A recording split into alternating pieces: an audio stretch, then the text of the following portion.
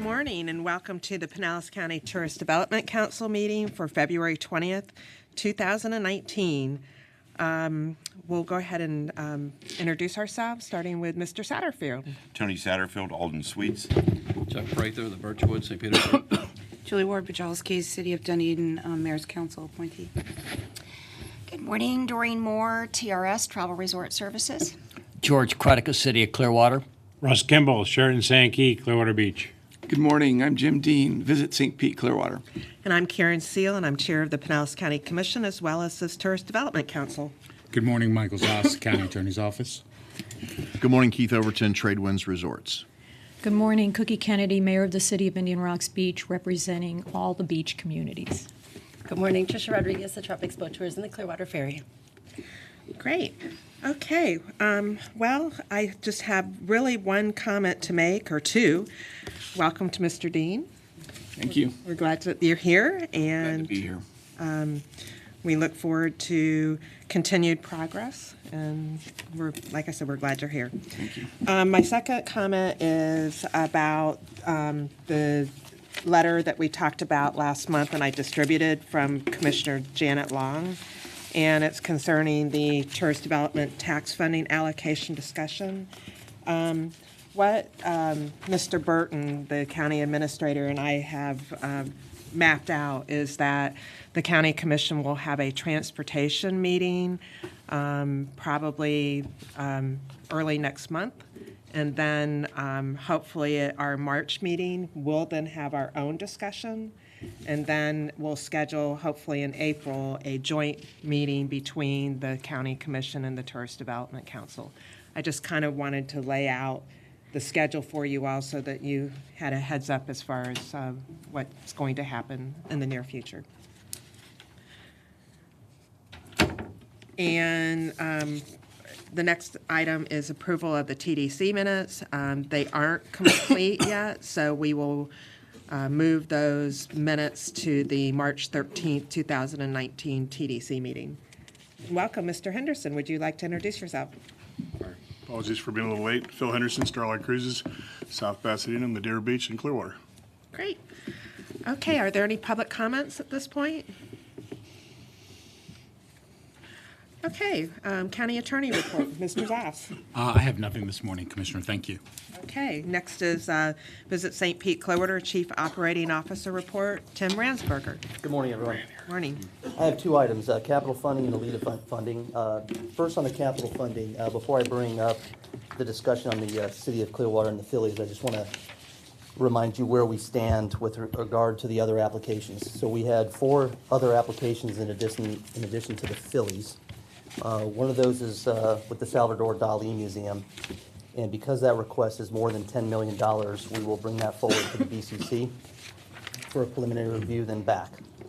And once that review is completed, we will then package all of those applications together and bring it back here to the TDC. I believe Mr. Zoss has taken a preliminary look at the eligibility of each of those applications. I don't know if you want us to mention anything now or wait till we bring them back. It's up to the Commissioner. Probably wait till we bring them all back.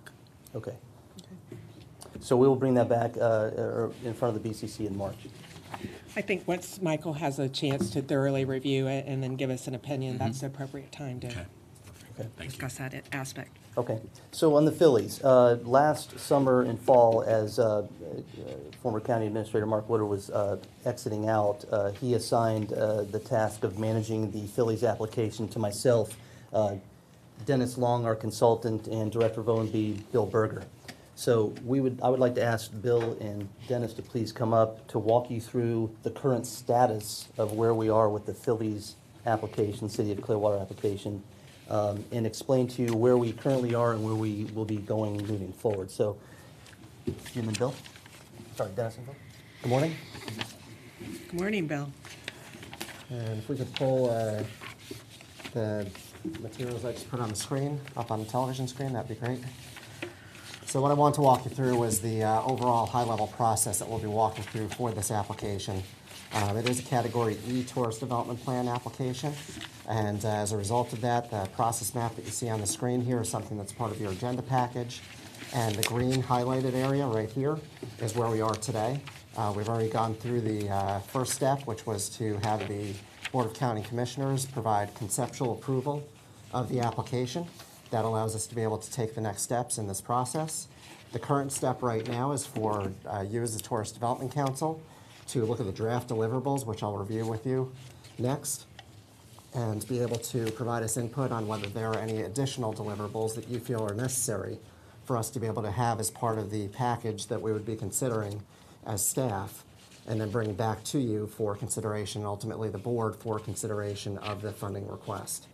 The next step would be for the city to actually submit the deliverables once we actually define those and give them an opportunity to be able to put those together. County staff, as well as Dennis Long, our consultant, and any other consultants we feel are necessary, would review those deliverables, do due diligence on them. Next step would be that we would bring those deliverables back to you as a council to be able to provide us feedback on those deliverables and provide us any additional information you might have as far as thoughts and considerations as we continue a negotiation process. And then finally, the last step would be the BCC considering a proposed agreement that would have been negotiated by staff and consultants with the city to be able to bring forward and consider for approval. So those are the steps in the process that we've mapped out. And again, this is based on the Category E process that we have in the Tourist Development Plan. And as far as the actual deliverables that we have mapped out today, this is also a sheet that's in your package that I want to be able to walk through with you quickly. First one is an economic impact study, and there is a second document in there which is about 9 pages long that has a lot more detail regarding that economic impact study. Next would be a detailed project description, which includes specified uses of the project facilities, as well as capital plans and specifications that are prepared by the city and or the team. That will be part of the package. A detailed project budget and completion timeline. Importantly, that would include a schedule of values. Project funding plan as well, and that would be both on the expenditure side and potential revenues that are being brought in as a result of the improvements made to the facilities.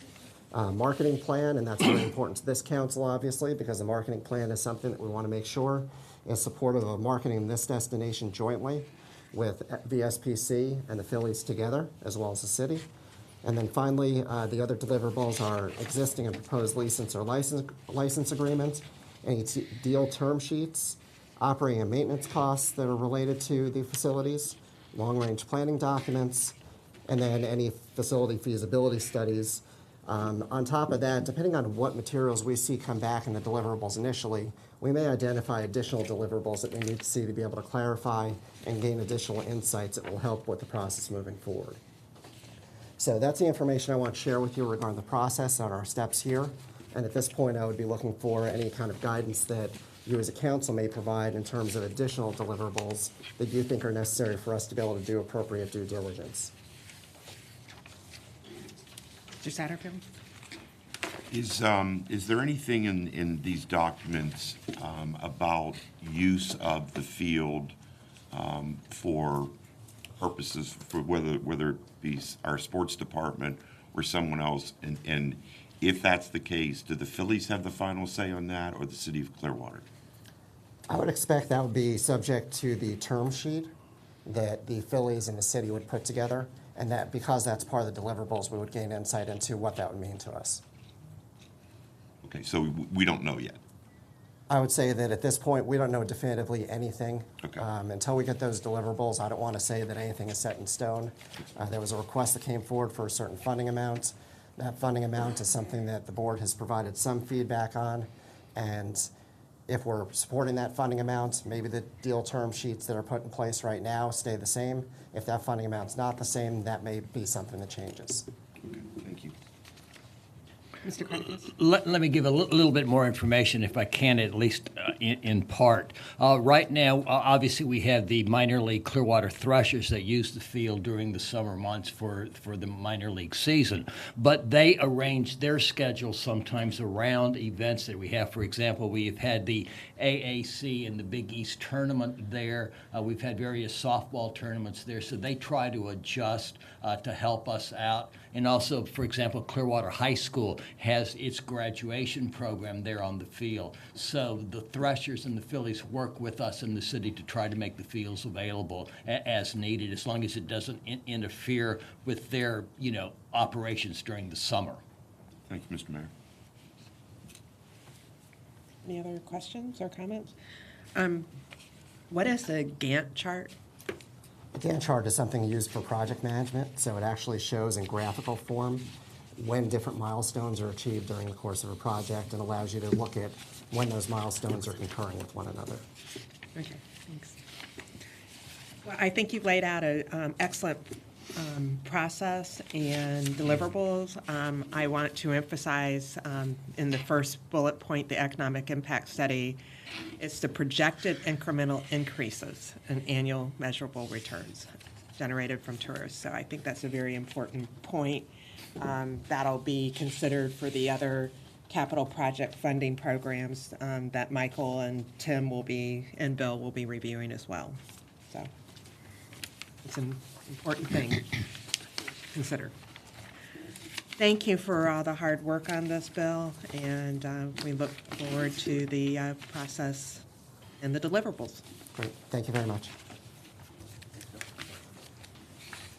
Okay, the second item, I mentioned elite event funding. So in the past, we typically opened up the application process in March. This year, due to schedule conflicts and some other things, we are pushing that to an April 1st application start.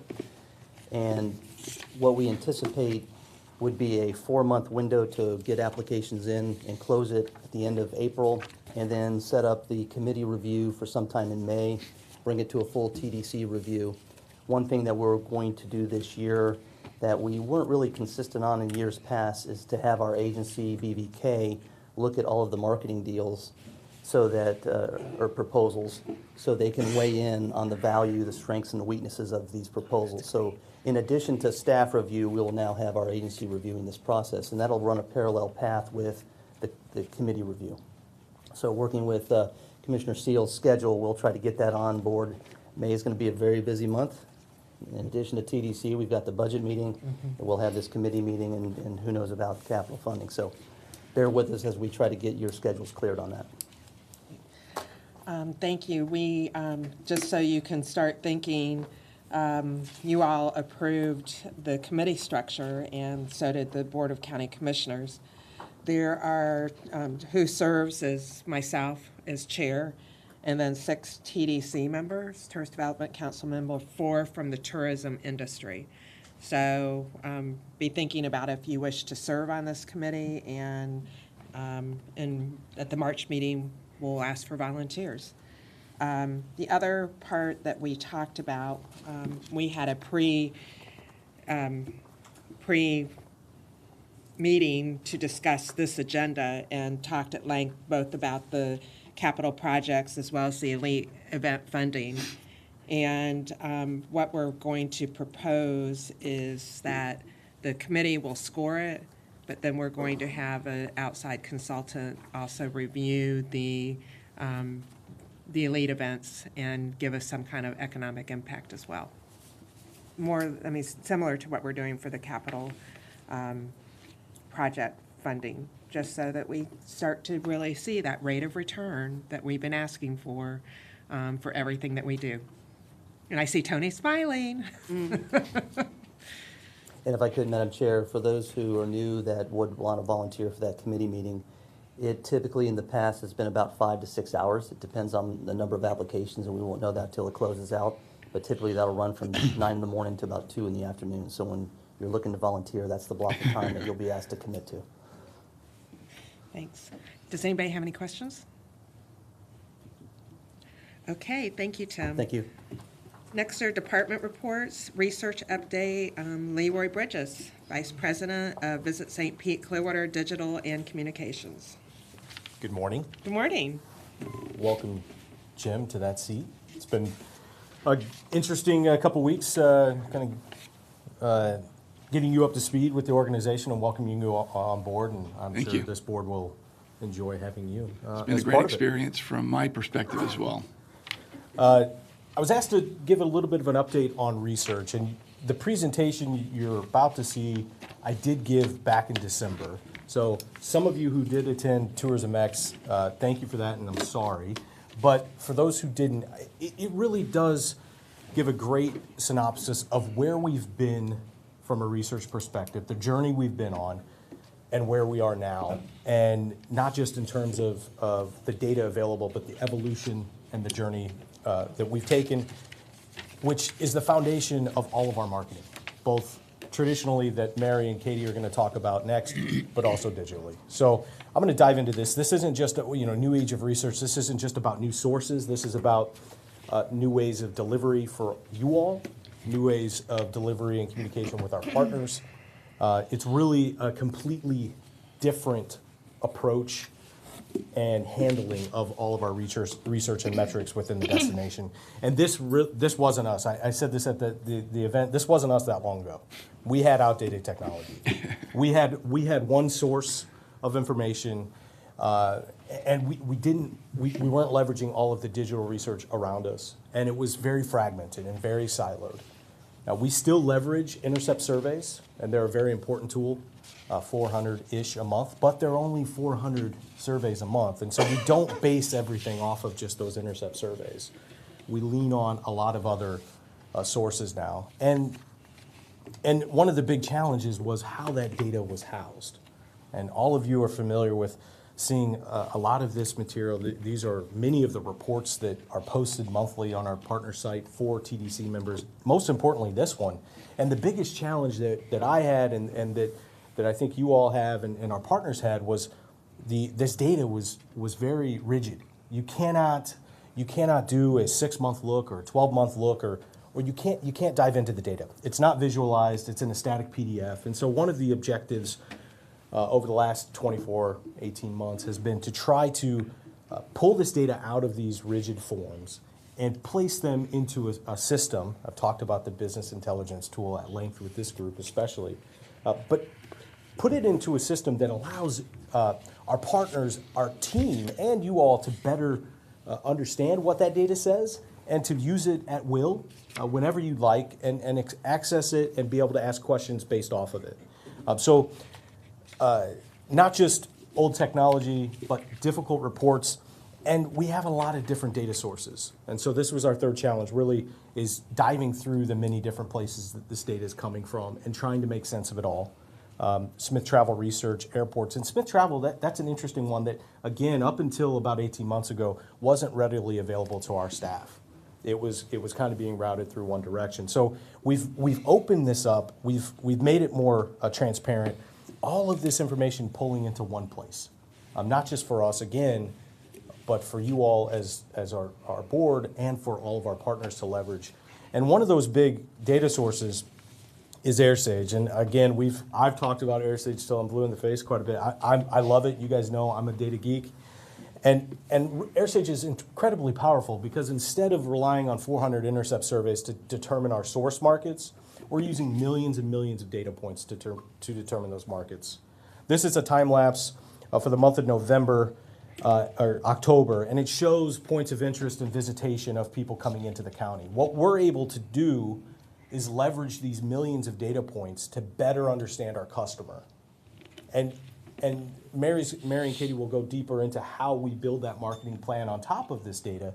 But one of the big evolutions in this is bringing this to the surface for all of you, again, to be able to access, but all of our partners to access. So right now, and we unveiled this at the Tourism X event in December, anybody can go to partners.visitstpclearwater.com, click on reporting in AirSage, and you can select any month, any duration of months, and really understand who the visitor is coming to Pinellas County, to St. Pete Clearwater.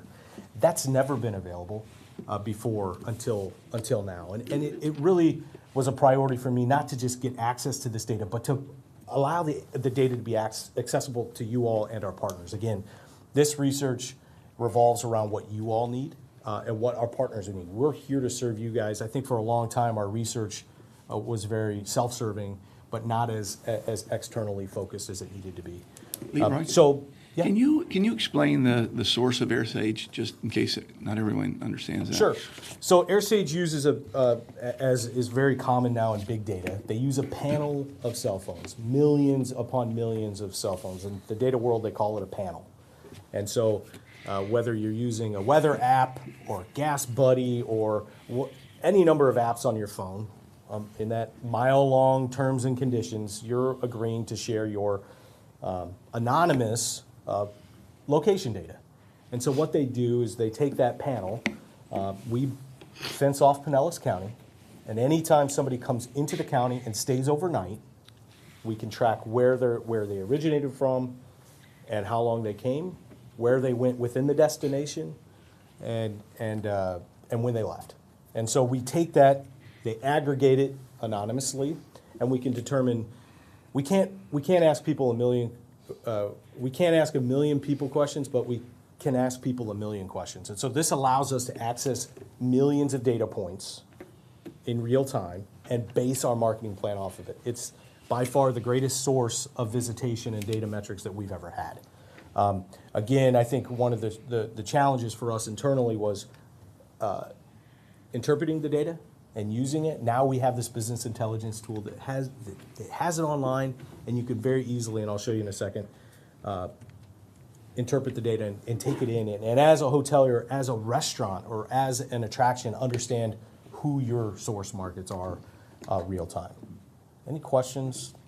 It gets deep quick, so I apologize if it's a bit complex on the data side. I did have, yeah. I'm sorry, one question. In the metrics, it showed, obviously, the beaches, obviously. Yep. It showed nothing for downtown St. Pete, but then it had a large swath for what I'll call Boca Ciega Bay, which is really a residential. Was that just to skew what it should have been? Was that St. Pete in general? Yeah, so that particular video, that is a beta test for that time-lapse piece. We have POIs all over the destination. That didn't actually, we've selected places of interest. That didn't showcase all of them, and you're correct, downtown St. Pete has a huge volume of visitation, and that's reflected in our monthly AirSage POI data. That, you're right, that time-lapse didn't represent downtown St. Pete the way it should have. Leroy, yes. Like you just mentioned a volume in St. Petersburg. So with this information, are you able to even determine visitor counts at various museums? Yes. So, and again, this is a sample set. So it's about 60% of all cell phones that would enter the destination. Obviously, there's no complete set of data that tells us exactly to the person. But yes, one of the great benefits of this tool is you can track particular locations, attractions. You can track events. A couple years ago, we did a study around Rays games. So using AirSage data, you can see people who entered the county and stayed overnight during these particular times within this particular zone. It's very powerful. And what we're doing now with it is more at the destination level. But you can zero in. Obviously, it requires more resources and more dollars. But you can isolate specific areas, specific durations of time, however you wish. And you said they cover about 60% of cell phones. Correct. So it's a sample size. At the end of the day, particular brands? Yes, there are particular brands and data sets that they buy from. Okay. So again, maybe 60% of you all, they've got access to your apps, but the other 40% aren't using the app set that is available to their data panel. It used to be more brand-based. It's now strictly app-based. Oh, okay. That's Yeah, so interesting. depending on the apps, again, Jim's collection of apps may be different than yours, and some of those may not be a part of their data panel that they buy into, that is available to them. So, And what makes that so rich is that AirSage is only one facet of the data that Leroy and his team collect and analyze and use. So as you can see from this chart, it's a segment of our research, but it's not the entirety of it. So there's a very rich database of information here. yeah, so we're layering on top of the AirSage the monthly intercept surveys as well. And those are going to collect, and Mary will go deeper into those psychographics, those demographics of exactly who makes up that visitor. It can't tell us spending, it can't, but in terms of source markets, it's by far the biggest and best tool we've ever had. And frankly, I've seen out there at other DMOs and other research conferences, and that's why it's so important to leverage. And I think is an amazing tool for for our partners. I mean, we've equipped, it's on our website, and it's there for them to use. So this, again, represents what the business intelligence tool is made up of. Obviously, all of these data sets pulling into one place. We don't just have to rely on, a once a month PDF, that's static, and you can't.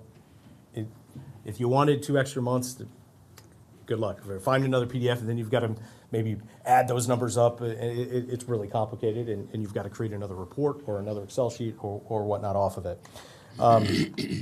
So obviously, I'm never satisfied with just those data sets. I'm always wanting to know more and more about who our customer is, and root our intuitions into reality, and understand truly who we're going after. And so this is some of the direction of where we're headed.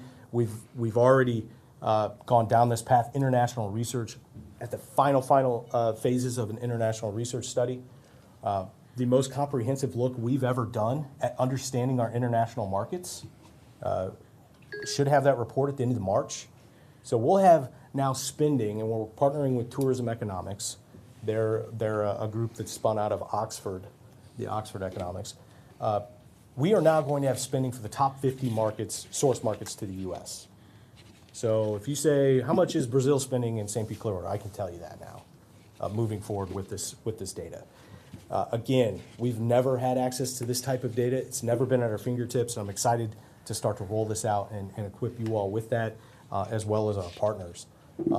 Again, we've kind of been flying by tradition and gut to a certain degree, and this is going to change that. Our new in-house position, I've got a finalist, and actually need to get with Terry to make an offer to our candidate for that. I'm excited to bring that person on board, and they're going to hopefully give me some bandwidth to help out. And I did want to show the partner site where all of this lives. So our new partner site will launch this in December. If you remember PinellasCBB.com, we completely redesigned it and relaunched it. You can still go to PinellasCBB.com, and this will redirect here. This URL is partners.visitstpeteclearwater.com. It's completely redesigned, and it is now powerful enough for us to be able to take all of that data and house it here. So if you're looking for any TDC materials, our department reports every month are here. And so including, you can select my department or meetings and conventions. They produce a very robust monthly report on all the business they touch every month, and the room nights attached to that. That is housed on this site. You can filter by department, by year, by month, and they're all there.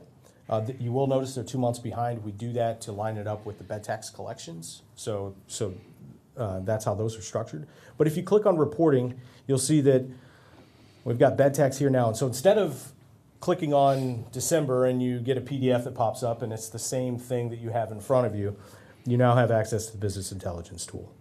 And so this gives you so much more context, so much more information. This is a 6-year running at what this individual month looks like. You can see, if you hover over it, very specific amounts. You can see the slight growth. You can even see a couple months prior to the current month you're on. If you use these filters at the top, you can select different months. I can go January to November. Always love live demos because you hope the technology you built works, and it did. So obviously this is a little bit harder to see in the chart form here, but what you can see is total collections by aggregate, by type of accommodation. This is data that's always been accessible through the tax collector. We've never leveraged it. It's always been locked in an Excel sheet and never been able to kind of to be accessed and presented in a way that's easily consumed. So you can see by type, by city. You'll note some of these cities are lumped together, specifically the smaller ones. I asked the tax collector, I said, Oldsmar and Safety Harbor, 2 very different places. It's to protect the data. Some of those small communities, to protect the hotel data. So if you're breaking them out on a monthly basis and there's only 5 hotels, you can do some reverse engineering and understand maybe a little bit more about what the business each hotel is doing. And so that's why that is done. I will mention that in the type, in the by city area, miscellaneous other is going to be all vacation rentals Think Airbnb, Expedia, Could you repeat VRBO. that? I'm sorry. Could you repeat what you were just saying? Thank you. Yeah, the miscellaneous other is all vacation rentals through Airbnb, Expedia, VRBO, those platforms. The reason the tax collector told me is because those companies they write one check for the whole tax for that one platform. It's not broken down by municipality. And so that's why within, even though in my mind it's a type of accommodation, for this particular chart for city, because they don't break it down by city, it's just by company that submits it to the tax collector. Does that make sense? Again, all of this available on our partner site and no login or anything. And you can toggle by month. I believe we've loaded back to 2014 in here. So a lot of past data as well. And I'll wrap up here. This is going a little longer than I wanted, but hopefully you find it valuable. AirSage data as well. So the data I was just telling you about, the cell phone data panel, you can see this is for the month of November. Again, you can change this. We've got this back to 14 as well, by month. So for November, you can see Orlando, overwhelmingly the #1 market, and you'll hear more about that with Mary and Katie. You can look particularly by city, by state, and then also those POIs I was talking about, and then airport. So you can see how many people they hit Miami International Airport and they wound up staying at least one overnight here. So again, all of this data on our partner site, available to anybody to access. One last one is a passenger report with the airport. For years, and we love our partners at PIE. We would kind of get the traditional static PDF, and I asked them, I said, surely you have that in Excel form, and they did. And so we pull that in every month, and so you can see passenger volume by month. And again, it's visualized. It's not just in static form. It's not difficult to run a series of data over a time frame and start to see the trends. With that, again, just a kind of a touch base on where we've come research-wise, and it's a long way in what I think is a fairly short amount of time, but I'm excited about continuing to move this forward and root everything that we do in the reality of research and not gut, not hunch, not tradition, and that's why I'm excited about this tool and where we are. Yeah. I could have bet money, Bill, my data guy. No numbers, Yeah. So we had Walter back in the day. Yep. Walter Clages. And he went away, and we had another outside company, which we rarely saw and got very little data from my perspective. They provide monthly visitor profiles, destination analysts. They're still there. They are more of a background role than what Walter was, and I think one of the reasons for that is because, from my perspective, Walter became the sole source, and everything was kind of filtered through that Walter perspective, and I don't think that's as reliable as reviewing all of the sources together that make it up. Destination Analyst does provide a monthly visitor profile report. Unfortunately, I don't have the December one yet for this meeting, but they produce a monthly report and then a quarterly economic report based off of all those intercept surveys. And those are housed here as well under reporting, department reports, and then visitor profile here at the bottom. Okay. And they're obviously a lot of these are back. We started, forgive me, October 1, 17 with Destination Analysts. So all of those are here and through last year. So we actually have, for the first, I was excited because we have a full fiscal year of Destination Analyst data that kind of gives us a really good reset from the previous vendor. And we're using that data. I just got it in 2 weeks ago, and it's not quite posted here yet. I had a couple questions about a couple things, but we'll be posting that and sharing it with you all. They're primarily doing the intercepts. That's all they're doing. doing. That data. Yep. And then we're bringing in-house the rest of the research and monitoring occupancy and all that.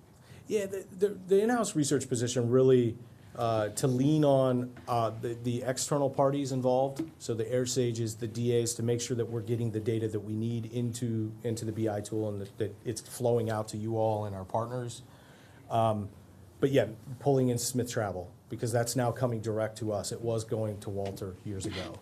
So we didn't really have any flexibility, and oftentimes it would take days to get an answer on a question. Not anymore, it's minutes. And we have that data at our fingertips for you all. And Smith Travel gets a little bit sticky when you start posting it in public places. Otherwise, it would be in this BI tool, trust me. I do have a dashboard for it, and I would love to share that dashboard with all of you. I've been waiting, I will be honest, I've been waiting for this research position to come on to do a training with all of you, just to help make that person kind of the conduit. And you'll have access to an STR board, or a dashboard. I can't post it publicly because of the conditions with the data. Yep. Kind of going along with Phil's question, I came prepared with some questions along the same idea, knowing how research data was combined from before, how it was brought forward. Yeah. Now, how are you looking at the miscellaneous? So, Phil, your question, where's this information coming from? I'm looking at like the vacation rental industry. How do you get those numbers? So when you're looking at the rooms sold, how do you know that condo hotel resorts are represented? They're not on the STAR report. Yep. So how is that pulled, and how could that be? Yeah, so one of the things that we tried to do transitioning from research data services is not to have an answer to every question, and to be okay with that. And I think one of the challenges is some of those gaps in data. Smith Travel Research is by far the leading, tourism data provider. And again, a lot like AirSage, it's a lot of volume, but it's not the complete picture. Unfortunately, there isn't anything that can provide us with 100% of all rooms sold. With that said, I am in talks with 3 different vendors that capture that particular market on its own. We've talked about AirDNA in this meeting previously. They're a vendor. Intopia has a product that I think you might be familiar with, Destinametrics, as well as All the Rooms. All 3 of those providers, they scrape vacation rental data.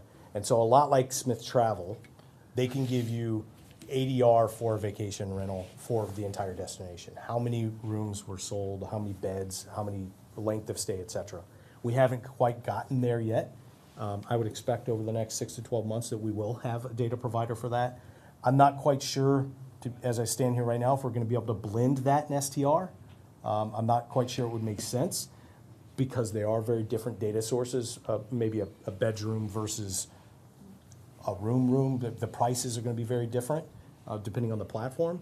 But we will be able to have access to that data and be able to understand a little bit more about the volume associated with it.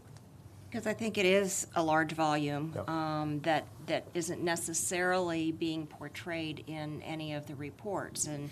And so how do you capture, for example, in the room nights, what about the Airbnbs? What about these other sources? And the bed tax is there. Yep. But what about the actual reporting of, quote, room nights and what that means to the industry overall? Certainly. It's a great question. I think it's one of those challenges, certainly with Airbnb and those companies. They're pretty tight with that information. And I've asked them point blank about sharing more specific data, and they just won't. So we can rely on third-party vendors to try and gather as much information, kind of scraping off the top, off their system. So hopefully, and I think as Cookie talked about, Mayor Kennedy talked about at the last meeting, it was the last meeting or 2 meetings ago with the rentals. There are some services, and I was able to provide some look into the quantity. We will be able to dig deeper, but how that exists, I'm not quite sure right now. I wonder if we could ask for at least the number of room nights. See if the tax collector could ask Airbnb, and I know HomeAway is now paying the bed tax instead of the individual homeowner, so we're gonna lose that data set as well. Yeah, I've asked, certainly you could provide more pressure. The tax collector has, very particular agreements, contracts, negotiated agreements with them. as part of the reason why they're remitting the tax. And it's under lock and key, I'm told. I mean, I'm sure they're not going to want to give the locations, but Sure. at least the number of room nights seems to be an innocuous request. They seem to want to do it like once a year. Here's the total amount, and which is fine to a certain degree, but certainly monthly or quarterly becomes a challenge to really understand what that footprint really looks like. Who else are in those agreements besides Airbnb and HomeAway? Do you know? Expedia, VRBO. Oh. I mean, any major platform and player with vacation rentals is remitting tax. Okay. There's like about 20 of them. We just had a whole meeting on this yesterday. It's like 20 of them, and they're all paying now. Mm-hmm. And I will say it's fairly unique. There are quite a few destinations still that colleagues of mine that I will run into, and they're not receiving anything from them. So, at least kudos to the tax collector on that side of it to at least be getting the And we're grateful for tax to that, this Mayor point. Kennedy. Yeah. Leroy, thank you for delving into this and being more aware of the vacation rentals. The 10.6 that you mentioned, was that the entire county or is that just the beach communities? I'm sorry, I don't recall. The 10.6 that was mentioned about the TD collection percent, and you said that it wasn't by city, they put it all together as one? Yeah, so that's going to be for the entire county. The entire county? Yeah. Okay. And how do we get an idea separate of the residential communities? Is there a way, I know you're already having a problem trying to, find the information out to start with, but the area that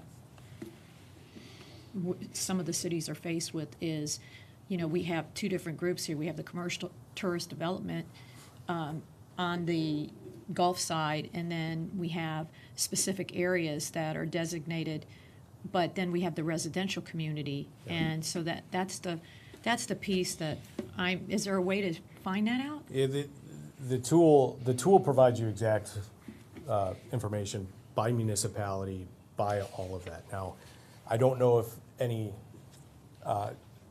communities or counties are using it from a enforcement standpoint, which is maybe what you're getting at. But the data, once acquired, once purchased, gives you a really good look at all of the vacation rental platforms, where those, the volume of those are, what it might cost, average daily rate in that community based on the time of year.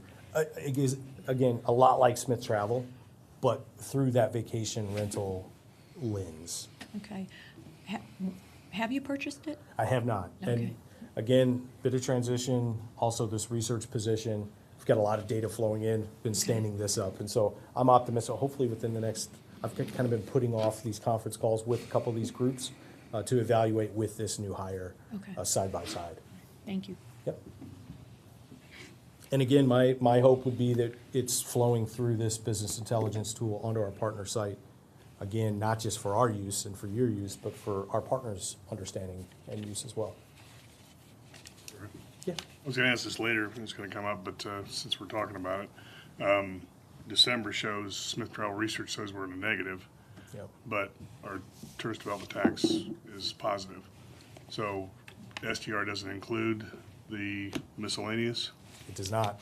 Okay. And so that would make the difference. That's to my back- point. That's Yeah, back to exactly. her point, exactly. And I think that becomes a bit of a question mark and a challenge, and it always has been a question for this destination. I will say, because of the volume of non-flag, and it really isn't non-flag, when you look at who Smith Travel gets data from, there are a lot of independents and a lot of large hotels who aren't under that flag that supply data, including the trade Just ones. hotels.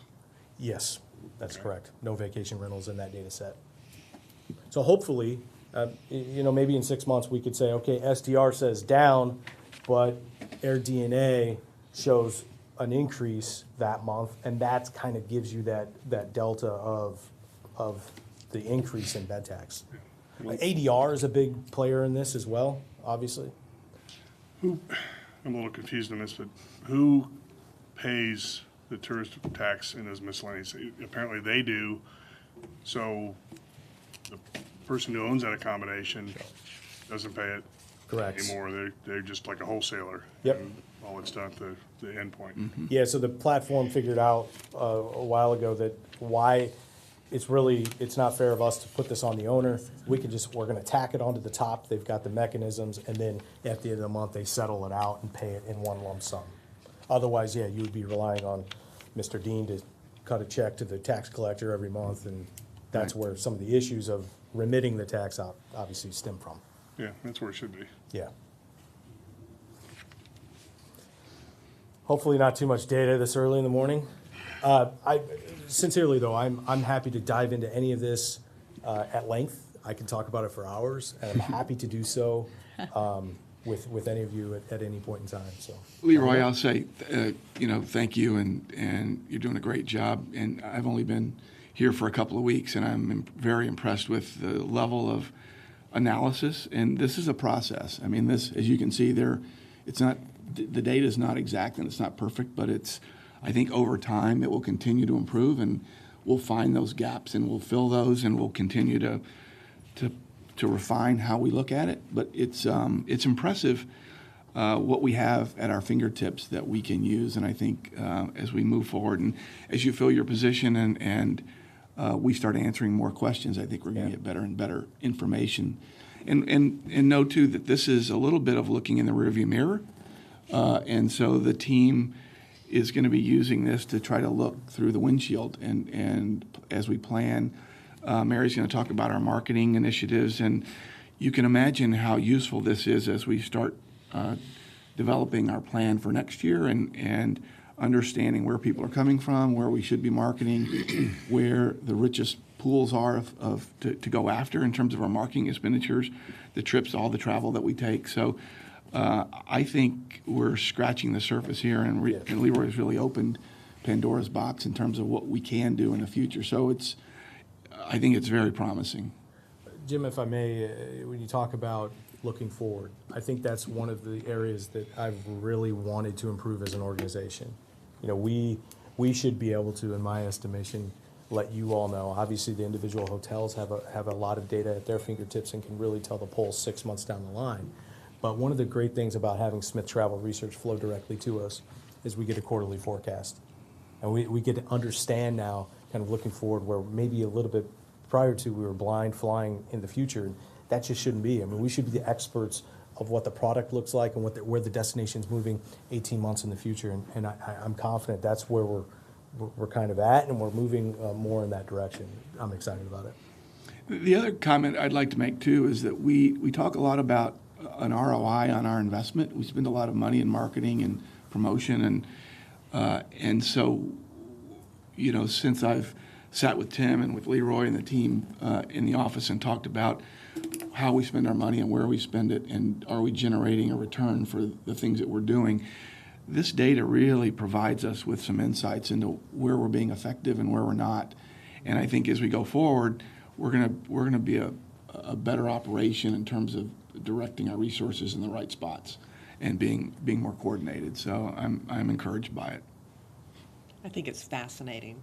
It is. Thank you for all you're doing in this area. It is going to do exactly what Jim mentioned, which is give us much more targeted marketing and increase the number of tourists. Let's hope. Our bottom line. We all know Big Brother's watching, but now we know Leroy's watching too. Yes. Can I, got all the data. Just an off-the-wall question, Mr. Yes, Bridges, but if I were in the witness protection program, I would not want to be using my phone. No, right? never. Okay. Never. Delete all the apps. It has truly become a data mining place, that's for sure. Thank you all. Leroy? Yes? When we're done, I brought a few things and some notes, so I'll Yep. take a minute of your time. I'll Thank stick you. around. Thank you. Anyone else? Okay, Katie. Katie Bridges is our Senior Advertising Manager from Visit St. Pete Clearwater, and Mary DeLong is the Senior Vice President, Director of Tourism Division with BBK. Welcome, both of you. Morning. Just dovetailing on Leroy and his presentation and research. So as he mentioned, we have a lot of data sets right now that we're pulling in from destination analysts, from AirSage, and pulling and taking that information, and now we're trying to make sense of it. And how do we use this information to make our marketing decisions and our media buying stronger, better, more effective? So we're taking the AirSage data and the destination analysts, and did want to mention, so destination analysts, they do a monthly report, and Leroy's been really good about having, like end of last year, they did we had a partner call, so anyone, it was sent out, and they presented on the findings. So really trying to make this information a little more accessible. So we got this information, shared it with Mary, and last week she came into our office, and the team presented some of the findings from that research from our visitor market, where these people are coming from. And then something interesting with the AirStage that Mary and Leroy have been working on is understanding more. So the Orlando market is actually huge. It includes Marion County, Ocala, Kissimmee, and Osceola down over to Daytona Beach. So using a heat map from the AirSage data to decide to see where actually in Orlando DMA are we seeing this uptick of visitors. Is it Marion County?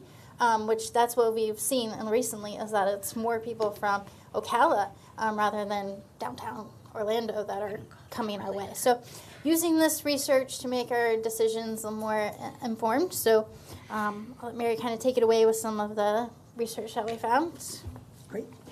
This one? Not this one. All right. Good morning. Welcome back. Thank you, Mary.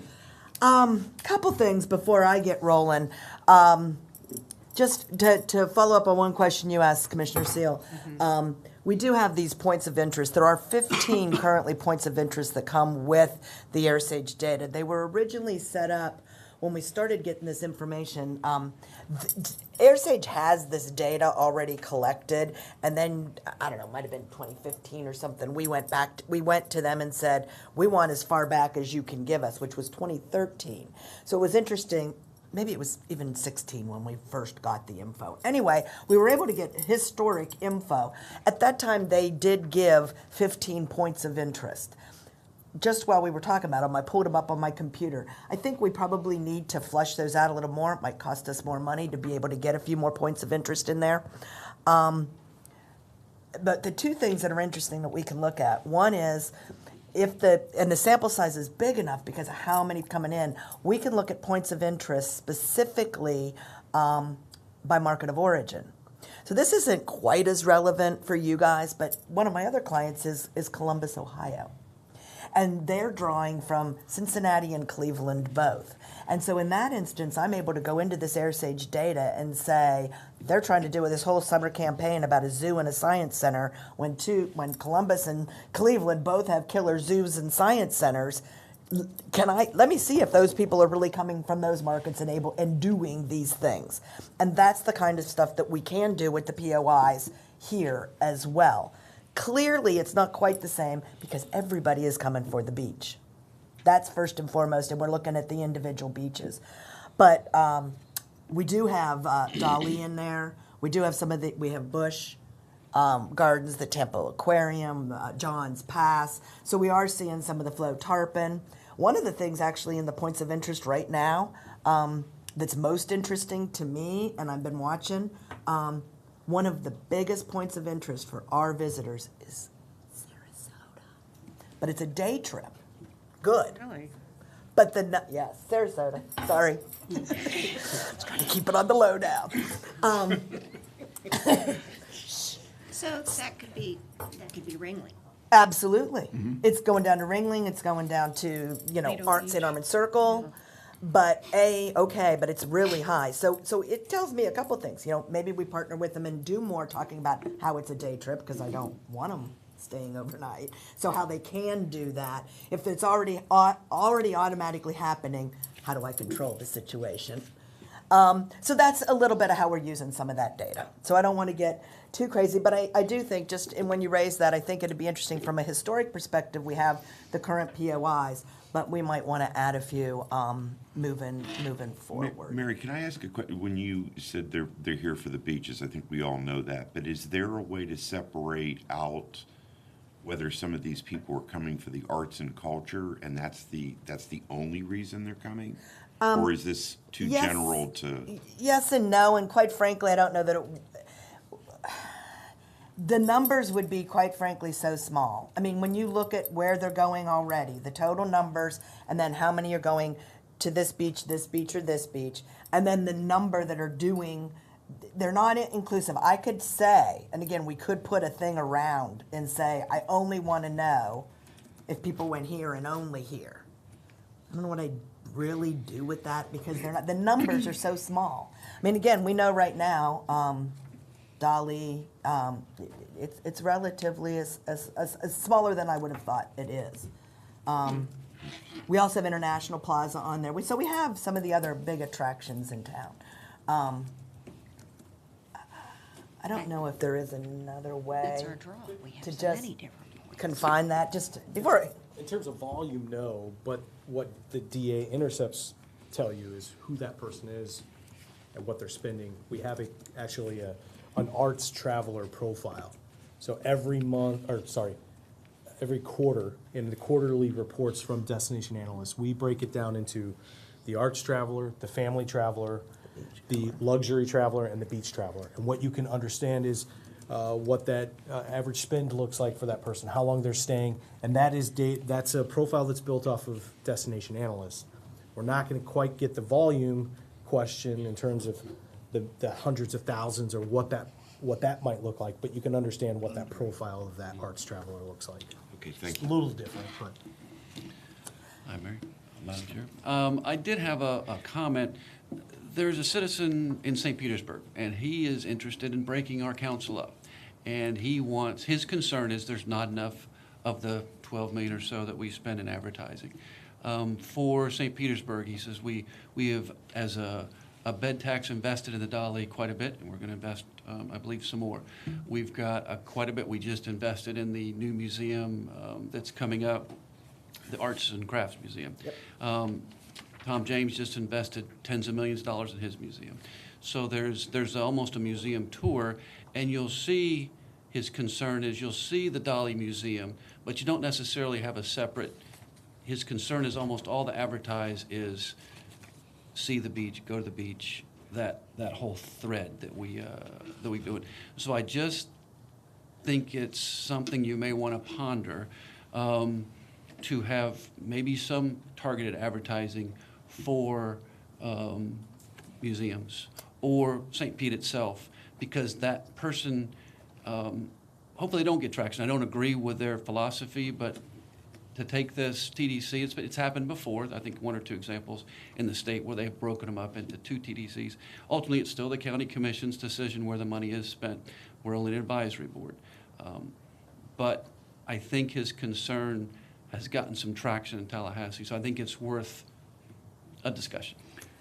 I would welcome the opportunity at some point to let you guys know how we are marketing what I would call niche opportunities, which aren't really even niches. They're in the fabric, truly, of what how we're marketing the destination in certain places. For example, and again, this really isn't my presentation, but it's very relevant. NPR is a great example. NPR, we are doing a national program with NPR. It skews crazy high. I think it was 167, where 100 is the norm. So it's 67 points above average in reaching the visitor that is most likely to take a beach vacation and consider themselves having vibrancy and all these things that we look for a visitor. So NPR is very high for getting a beach visitor first and foremost. They also obviously index off the charts with being into the arts and things. So much of our national ad campaign we use there, we will frequently lead with arts messaging. And then it'll be a sub message of, at America's Best Beaches, where it'll be come see blah, blah, blah at America's Best Beaches. That's one of the places where we're doing a lot of the arts marketing, and they may not see that as much because it's not as visual, so we don't show it. But anyways, we'd be happy to try and... Mary, can I dovetail on that too? We met with Mary last week, and I had an opportunity to sort of reunite with Mary and BBK after some years away. And we talk really strategically about the campaigns of the future, the summer campaign, the fall campaign, and where we should focus and how we should focus. And I think we discussed the fragmented nature of where we are now and its effectiveness. And I think what we would like to do is be a little more, have a little more involvement in the discussions about our strategy going forward and how we develop those campaigns and what they focus on. I think Mary agreed with me on that. And so I think your comments are well taken in terms of, do we talk about, culinary and the restaurant scene here? We talk about the art scene, the beaches. There's a lot of cultural aspects to our destination.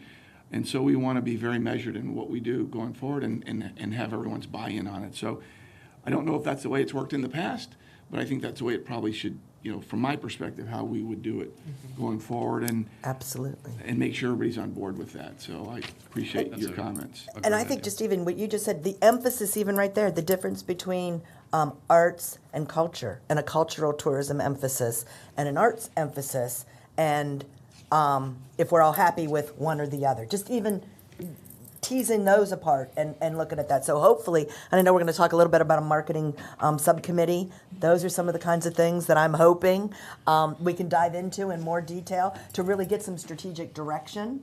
Because we can go down the rabbit hole any way this board so chooses us to do. Doreen, more. So, well, I haven't even started my presentation. Yes. You're giving us lots You know of what she's gonna culinary talk food about, for thought. Tony, or But I could talk Tony, thank you for moving into the arts and culture portion of that. But I think it's important to point out what Creative Pinellas is doing, along with our partnership with VSPC to market that aspect of what we have. And that has grown exponentially over the Absolutely. last several years, and seeing that. And didn't we have a marketing tag that was the Arts Beach? Isn't that The coast. It was Arts cultural. Coast.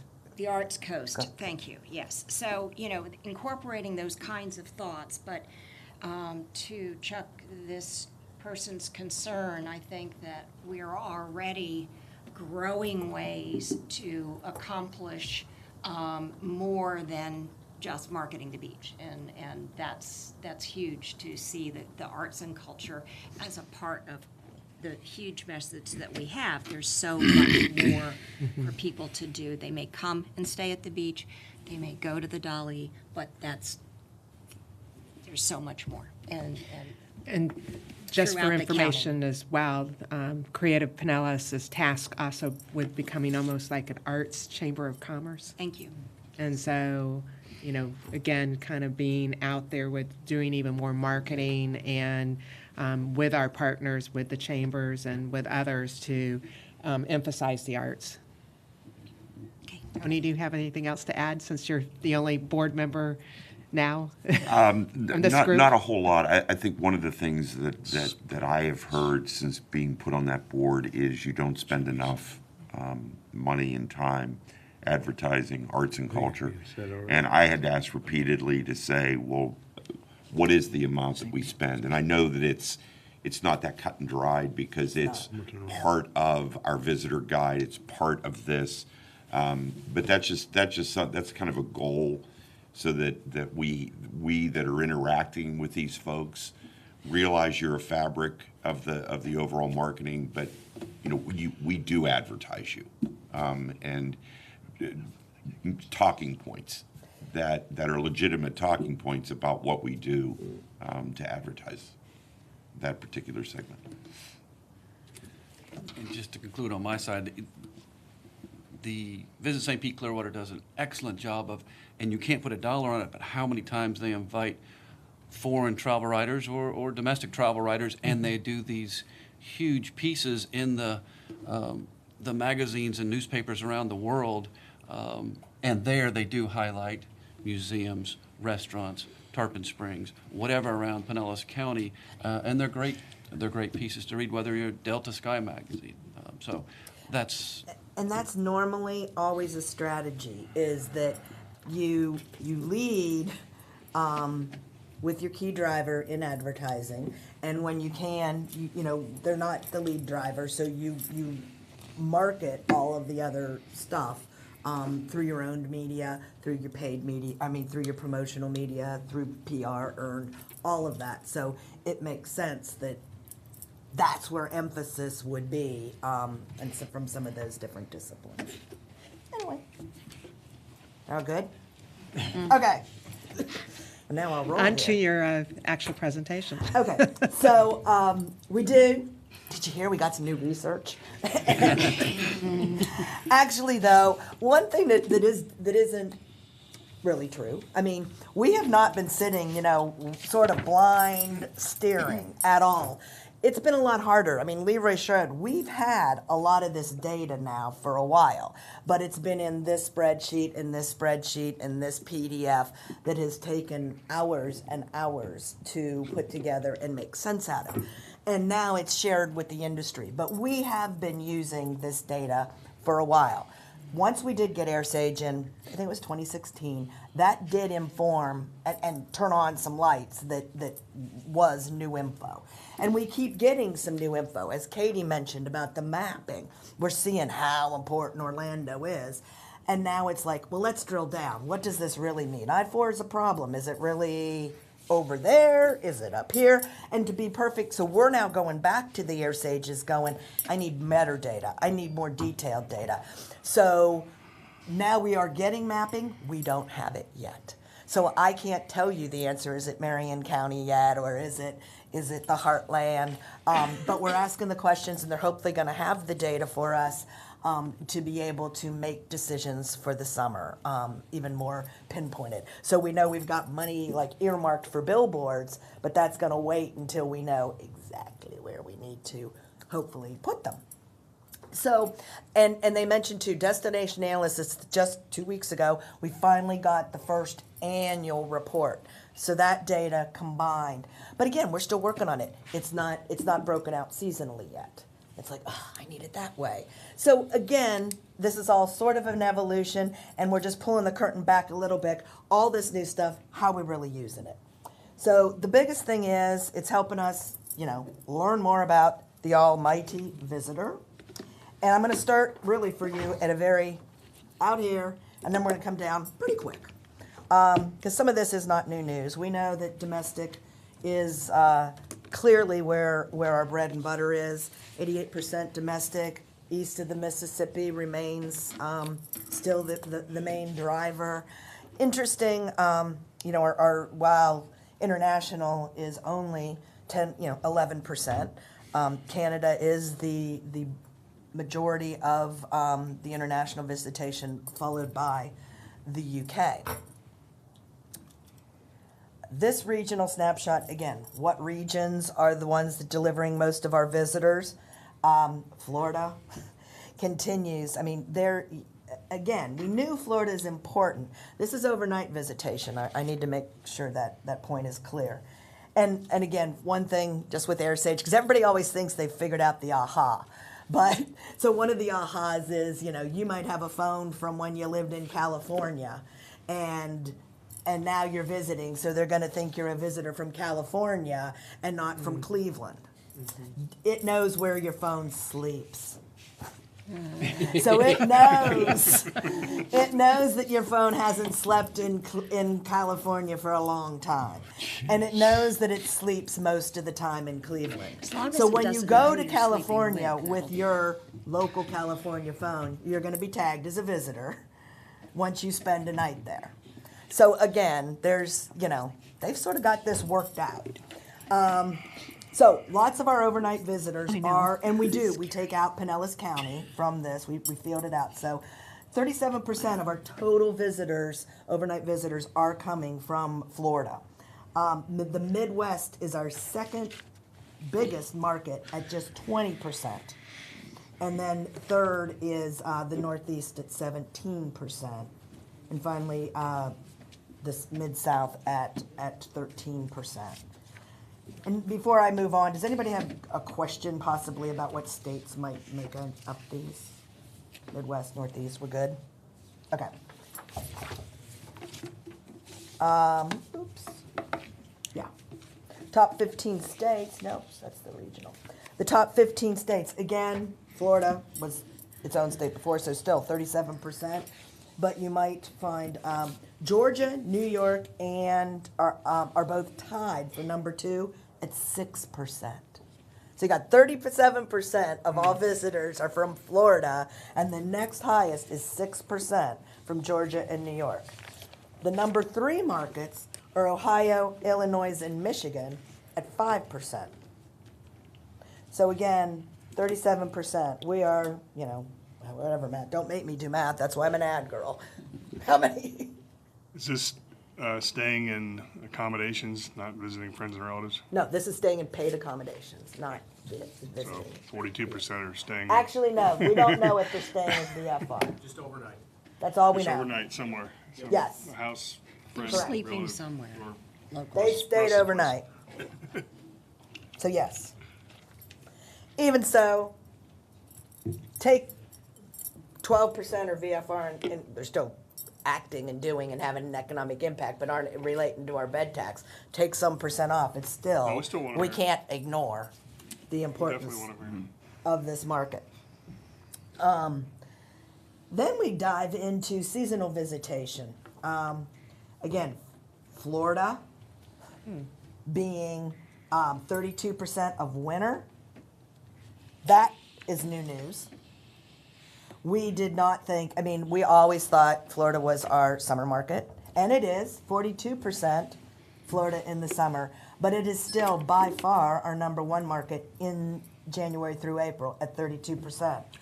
The Midwest is 24.4% in the winter and 15.1% in the summer. So the Midwest over delivers in the summer as well. The Northeast is 18.6 in the winter and 14.1% in summer.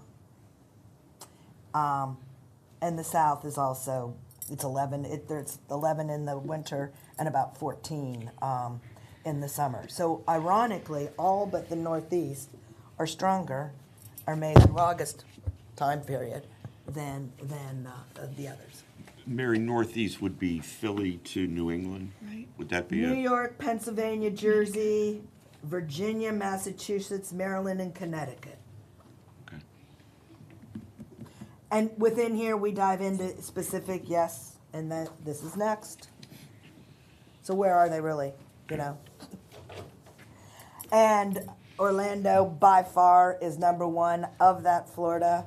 31% is Orlando in the January through April. So our number 1 market by far, the next closest in the winter is New York City at 12%. So Orlando at 31% is our number 1 winter market, and at 40% our number 1 summer market. The number 2 market in summer changes to Miami at 10%. Tampa Bay is number 3 at 10%. So, Mary, can you pause? Because I think all of our accommodations people are looking a bit quizzical on the winter market. It's just us hoteliers, that's all, that don't quite get it.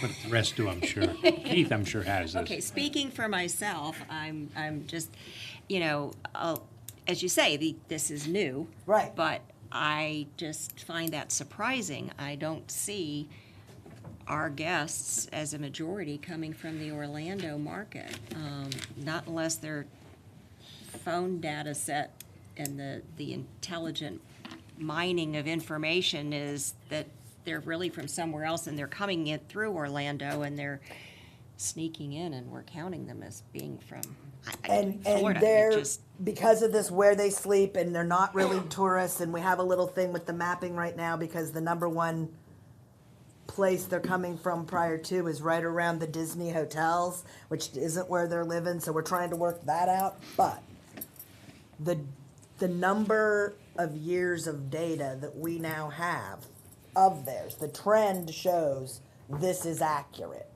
Now again, you guys go, well, we ain't seeing it, so something's not right, so we're gonna have to figure something out here. But the trend, all the data, and these are big data sets, these are 1.42 million in a data set from a single market. It's crazy.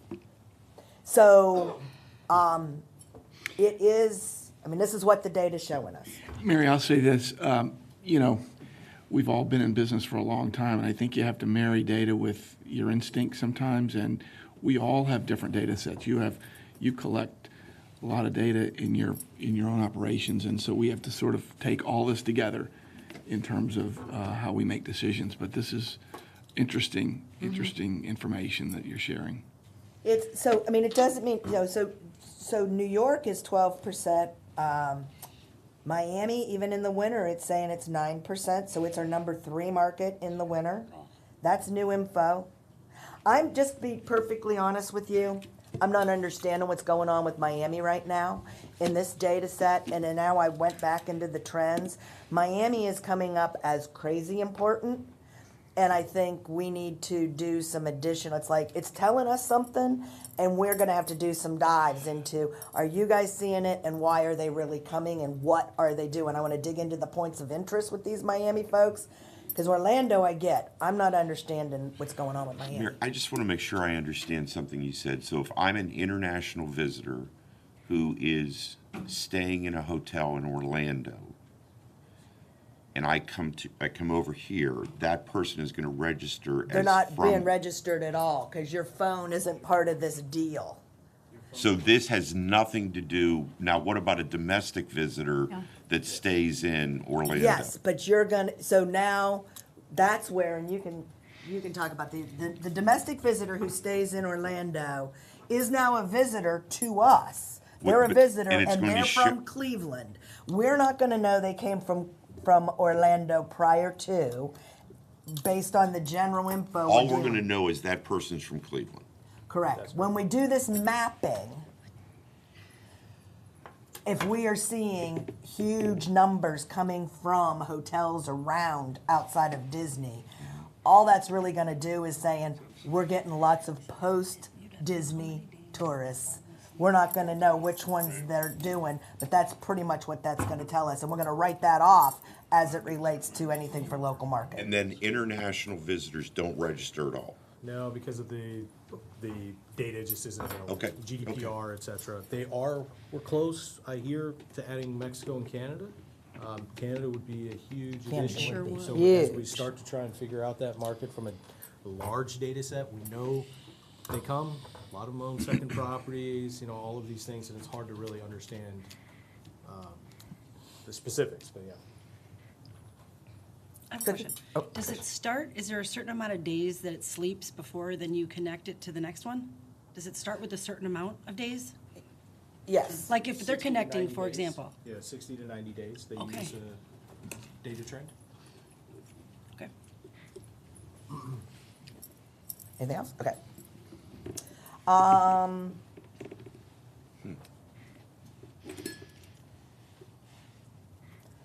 So just on market selection for summer, Orlando is, this was the first year, because we have seen this data, this trends, that we've decided to make Orlando more of a year-round focus for the residents.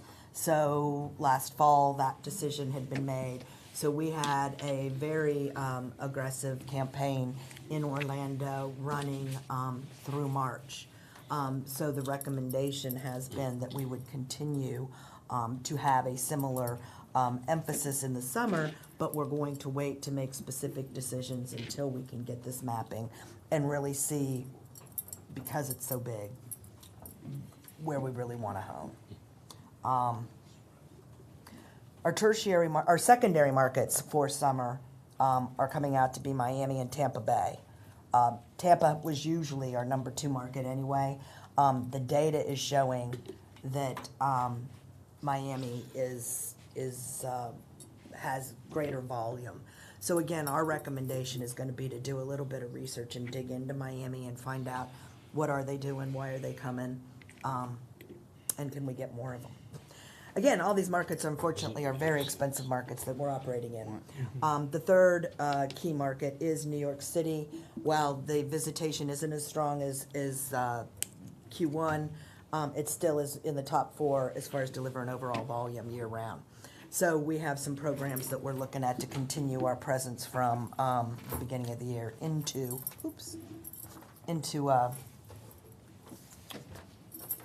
the summer. Hey, Mary, can I interrupt just for a second? We, my experience has been in the attraction industry and in the Tampa Bay market. So I know Russ and I were just talking about Miami and your sort of discovery that Miami is an important market.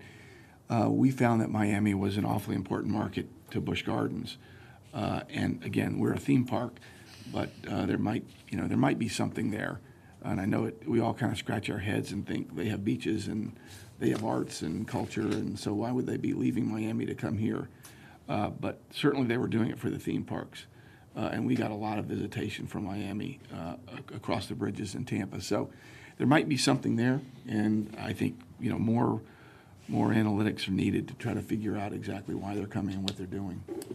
Yeah, I mean, there's a whole, if they come up, 75, think of all they're passing to get here. And even if they're coming, and coming up there and coming across from Orlando, they're passing a few attractions. So really having to understand the motivation is going to help us understand how to market to these guys better. Do we analyze by price point? One of the things that shows up consistently on the STR report, regardless of the time of the year, is how much less expensive we are than Miami. So do we delve into that? That are they coming because of a price point where, yes, it's 3.5 hour drive, but it's considerably less than what they would pay in Fort Lauderdale or Miami? Lauderdale would be a nice place to do an analysis against, I think. Yeah. Because that would be, that is their number one market for the summer as well. It'd be interesting to see. The thing that's hard to wrap my head around is all those years of doing intercepts and all this other research. I mean, if Orlando is that glaring now, why was it never even thought to be that strong? 10 years ago? And Has it I changed don't. that much? No, I don't understand. I don't claim to understand enough about this, and we could get other research people in here. But my understanding is Walter Research Data Services did something called normalizing, and there was 2 words. There's 2 words, and the gist of it is it's sort of like they decided these were the markets, and so they were looking for these and didn't look. So if they said, "Are you from Orlando?" and you'd say, "Yeah, I don't want to talk to you." "You're from Cleveland?" "Oh, I want to talk to you." That somehow it wasn't as random to get some size. Again, I don't understand, and I shouldn't be saying all this, but there was something with the way it was done that you sort of ask what you always ask. You're going to get what you always got, and we sort of got what we always got. The markets were very, very similar. Is this making sense? Well, the concern is, there's a tremendous amount of money you're talking about you're going to put into these leading markets, and if there's something wrong with the data that we haven't seen before, then that's Well, and there's multiple sources. Like, again, potentially a huge mistake. There's multiple sources, and that's where we haven't been. The traffic from the websites. I was itching back there because all of our website traffic confirms this stuff. A lot of this. So Miami has been an uptick, number 2 market, and again, under department reports, digital and communications, all of that is there, and you can see the trend lines.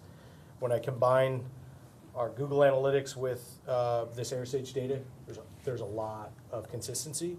I will tell you, without going too specifically, one of the big reasons we moved away from Research Data Services was because of the challenges that you mentioned. Once we started bringing other data sources to the table and not seeing congruency there and being able to confirm some of that research was being conducted.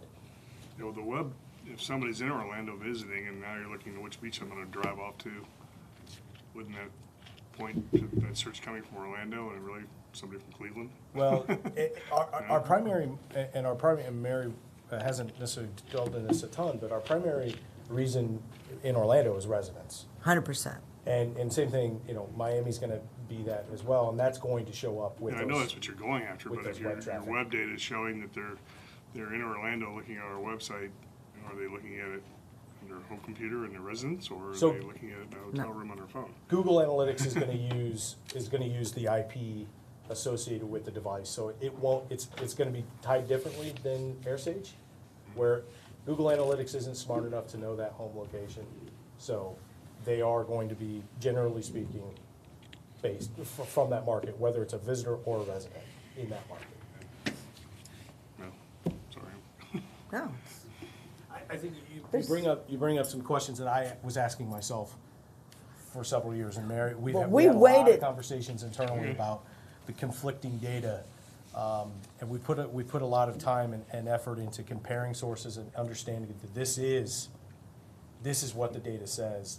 It's not this kind of one old school, possibly accurate source. Orlando, Miami, and Atlanta were always showing up on other sources, but not the visitor sources. And we were always like, is it an anomaly? Is it this? Was something going on?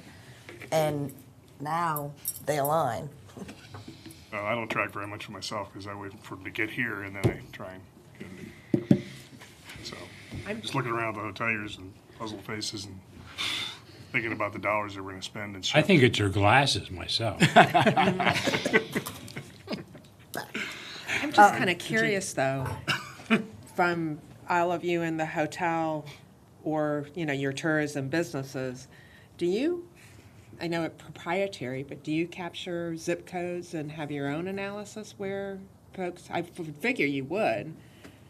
It very much aligns with this. Does And it very much did not align with the old research. It doesn't align with what? It didn't align with the old research. Okay. Mine aligns much more with what Leroy has been doing. Anyone else? I want to say that those are the hotels that are in the groups business, the meetings business, that we probably don't align to this as much as Tony would, the leisure side. And then you can say that, and then 2 weeks from now, when it goes more social, then you go back the other way some. But I'm not sure with us would align today because of the groups we have in. And it's major group season times of the year, different times of the year, would throw us off. But it would be in there. That's what doesn't quite, am I right? Yeah, I think that's right. I mean, I think, of course, from our perspective, we still do a lot of group business that's from Florida, so I could actually see that aligning. It might be that the headquarters is in some other state, but a lot of their participants for that particular meeting are from here. So for us, it doesn't surprise me. It's not too far off of our numbers. Good. Again, another source we regularly use in addition to the information you guys have. Well, this is still Destination Analyst, then we'll get into some of our data. So in the annual profile of paid accommodations visitors, this is the profile that Destination Analyst has of the visitor over the past year. So the age is 50.5, a little higher than what we had been seeing. Household income of about 90, the bulk of which is Caucasian, heterosexual, married or partnered, pretty much without kids, which all fairly closely aligns with what we have had in the past, with the exception the age is up a little bit and the income's right about where we've been. We have another data source that we use very extensively for you guys. It's called MRI, Media Research Inc. It's a very large, very robust annual or twice a year national survey that's done. They ask all kinds of questions. One of the specific things they will ask is intending to have visited a Florida beach in the past 12 months, or intend to visit a Florida beach in the next 12 months. So we can profile them. So what does a person who's done that look like? We put overlays. As you know, we do things based on a core human value. The core human value that embodies this destination and our visitor, where they align, is vibrancy. So there's a lot of questions around being vibrant that we ask as well. And it comes back to, okay, here's a better picture of who these visitors are. This is what do they consume. So these folks, media-wise, so these folks are 15% more likely to consume newspaper or print, magazines as well, 22% more likely to listen to radio, 45% more likely to be exposed to out of home.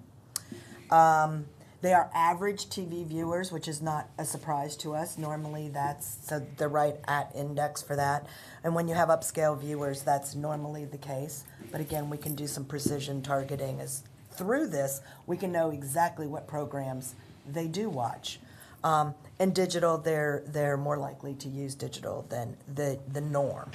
Mary, yep. Out of home, is that word of mouth? What? No, out of home's billboards. Oh, billboards. And all kinds of other, the buses that we have out of home. Okay. These people commute, they work. Okay. So they're out and about, they're not staying home. So that's one of the reasons they're going to be exposed to out of home more.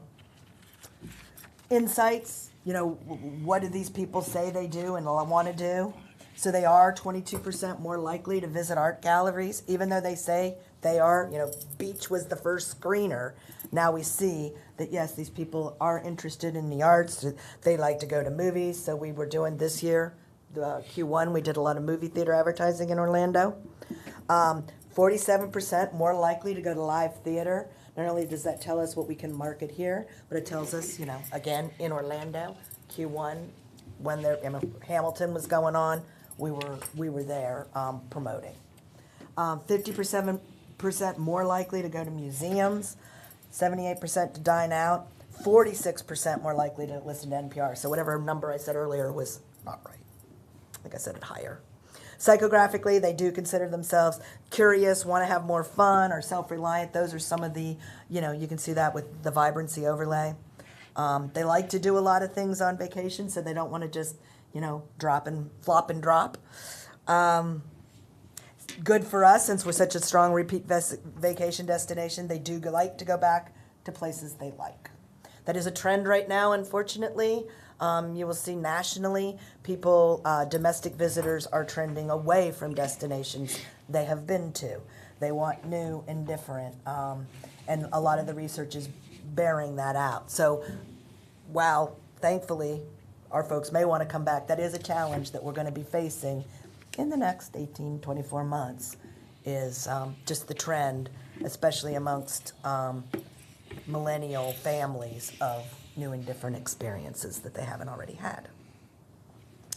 So finally, again, we approach this sort of from a funnel. We've got discovery and innovate in inspiration, where we want to, inspire them, get them to want to come here.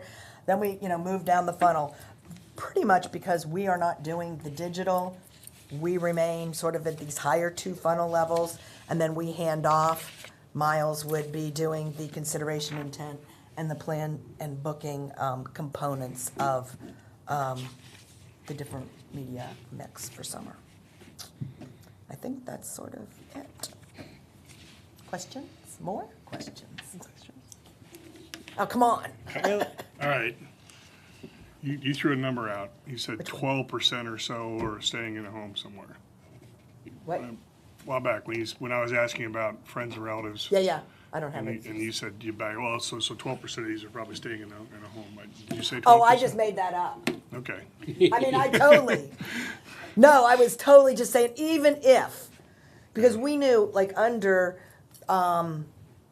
research data services, and that's hopefully there's certain things we need. So we need to know what they're spending, what the party size is, and what percent VFR. But I'd like, we haven't seen one of those types of reports in years. And I brag about it all the time. I said, you may not know, but 42% of the people that are visiting Pinellas County are actually staying in the home of a friend or relative. Here we go. So the monthly destination analyst report, the visitor profile report, includes this data. And this is the year report. I do have a snapshot. It's on the screen. It's probably not going to reproduce well. This is fiscal year data, again, that I'll promise I'll get to you. I had a couple questions about it.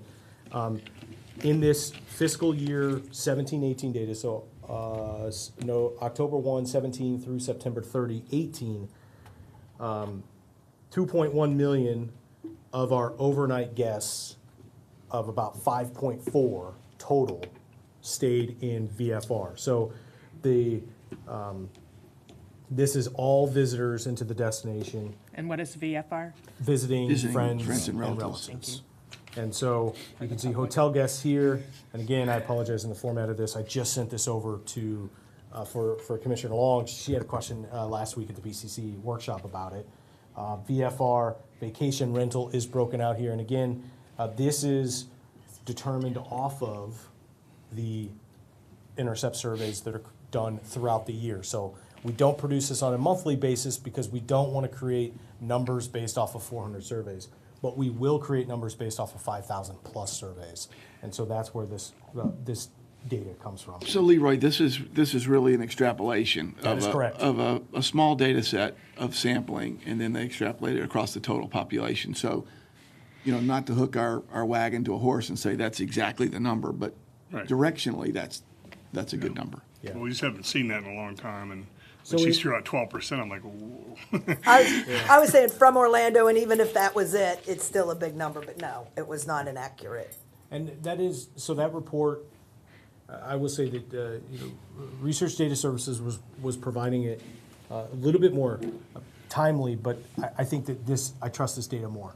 And so we're waiting a little bit longer for it, but we are getting it still on a monthly basis and under department reports on the site. And we can, and that's one of the things I meant to mention as well.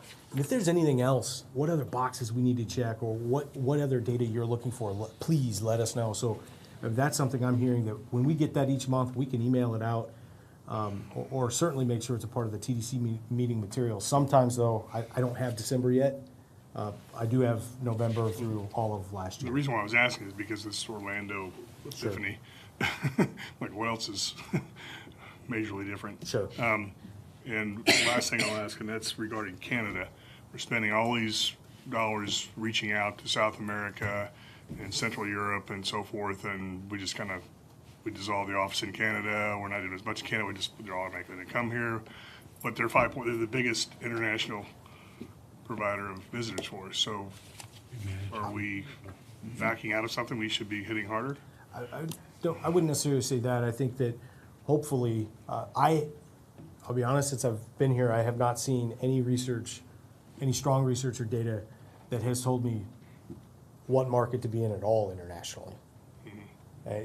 So with tourism economics, we are going to have visitor volume and spend for the top 50 markets coming to the U.S. and how that relates specifically to St. Pete Clearwater. So stay tuned. Very soon we will have the first and the best look at those markets, and hopefully at that point we can maybe affirm some of those decisions to move away from Canada, and if not, embrace that we need to be up there, more than we are. And I think that's, from my perspective, of the refreshing part of all of these new data sets is being able to pivot, to make better business decisions, and not just kind of head in the sand.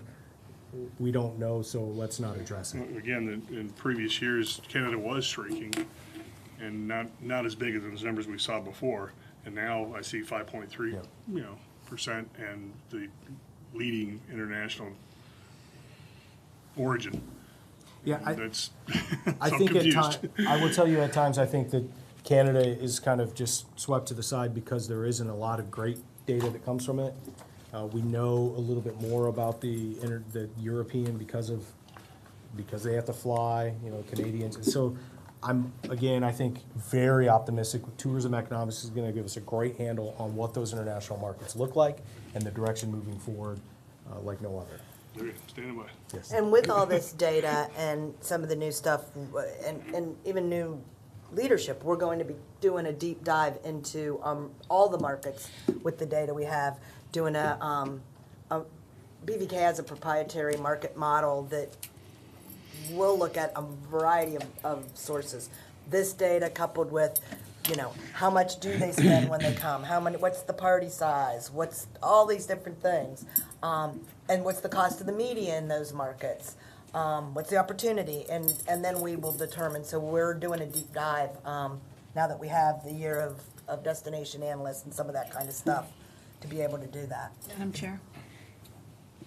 On the Canada thing, I absolutely think we should be pursuing that. I mean, we all know they're here. We see it every day. Now, they may be staying in somebody's home, they may own their own home, but that's still an advantage to Pinellas County, even if it's not deriving hotel rooms. So, I mean, I think looking at Canada, and I also think their dollar fluctuates a lot, and they base their travel plans on that. I hear it all the time, all the time. I hear it from the Blue Jays, that their ticket sales in any given year can be based on where the Canadian, the value of the dollar and their exchange rate and all of that. And I know we've worked out some new marketing things with the Jays. I mean, I think building on all of that,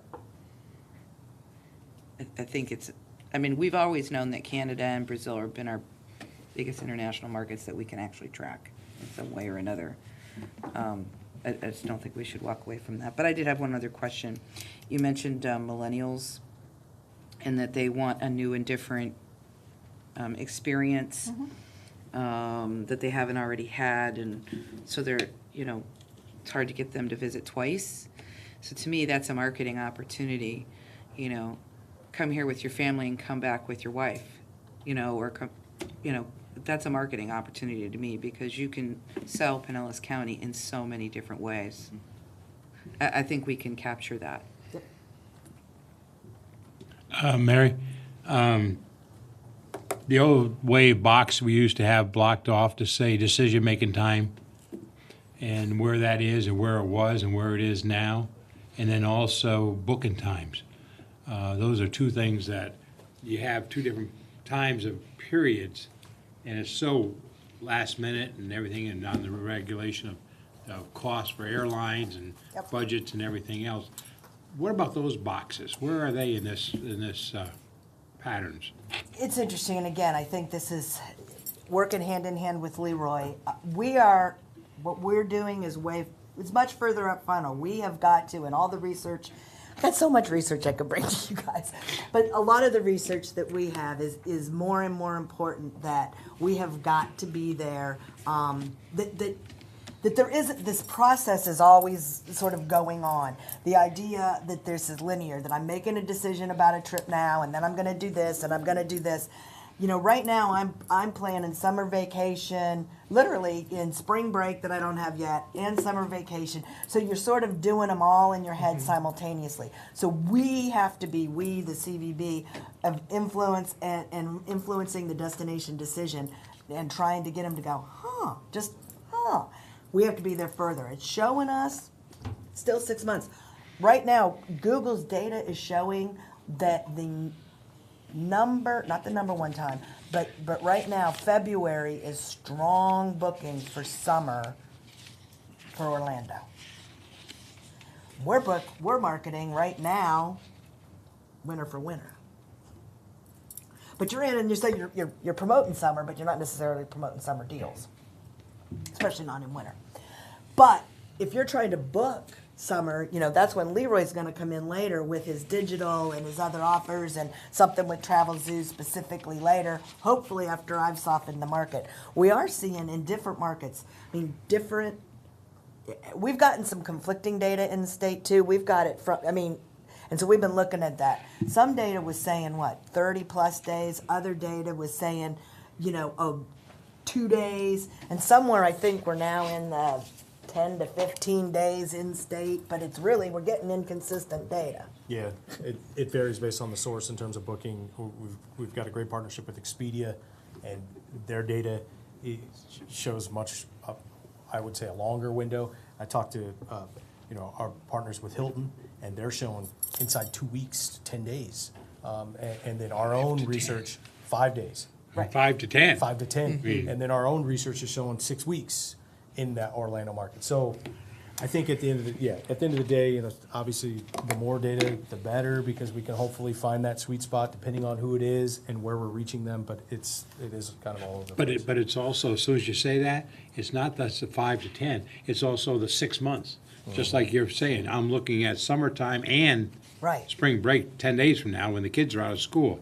That's the other side, that you got two different periods at the same time. So that's why we say we're trying to be in our really core markets always on. we can't afford to be always on. I mean, we can't. Orlando, we are trying to make, and again, the numbers, the volume is such that anytime, if we can be there year round, it's great. We're gonna come in with deals and offers in a more retail mindset. So when you can have that year-round presence and do the retail mindset, that's what we're gonna be trying to do, and then we'll gauge accordingly what's reality as far as, I mean, he just saw some really interesting, that fall. Yeah, and I'll do a recap on the Travel Zoo campaign we did for last fall at the next meeting as this one wraps up. But I mean, we did a fall campaign with Travel Zoo that outperformed our winter campaign massively. And what it hopefully tells me is that there's opportunity. There's opportunity in the softest time of the year to push rooms, specifically in-state, and then Georgia was huge. And so, and I'll dive into those metrics. But we ran a very similar campaign mirrored in the winter, and it outperformed it. Similar price points. And that's factoring in red tide cancellations. Imagine that. So September, October, November, December.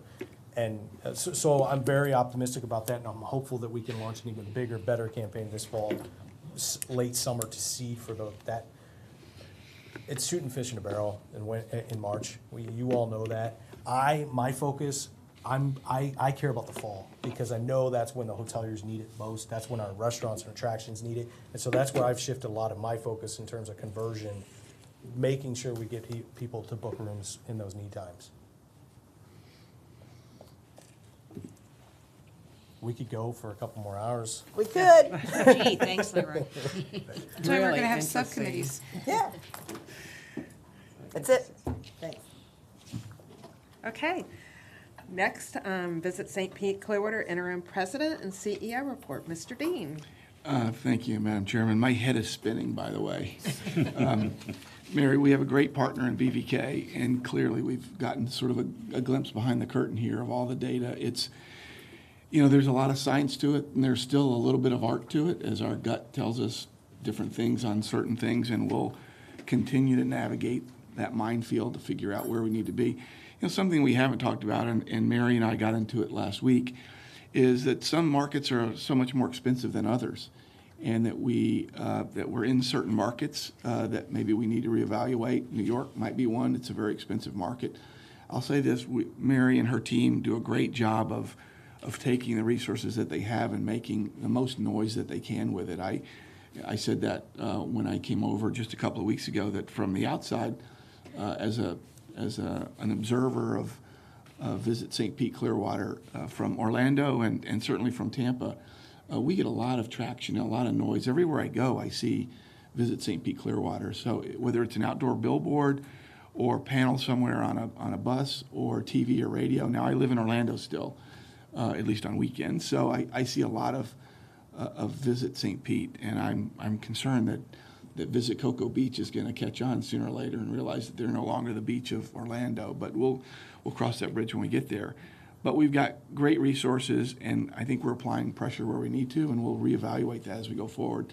In some markets are more expensive than others, and we'll make sure that we're getting the most for our spend. And we'll use all the great data that Leroy's shared with us today, and that the work and the research that Mary and BVK have to make sure that we're measuring ROI on where we spend money and whether we're getting a payback for those resources. But I guess I'll take this time to go through some slides. I've got about 10 slides, and I'm not sure how we drive this. Leroy, can you drive that for me? Thank you.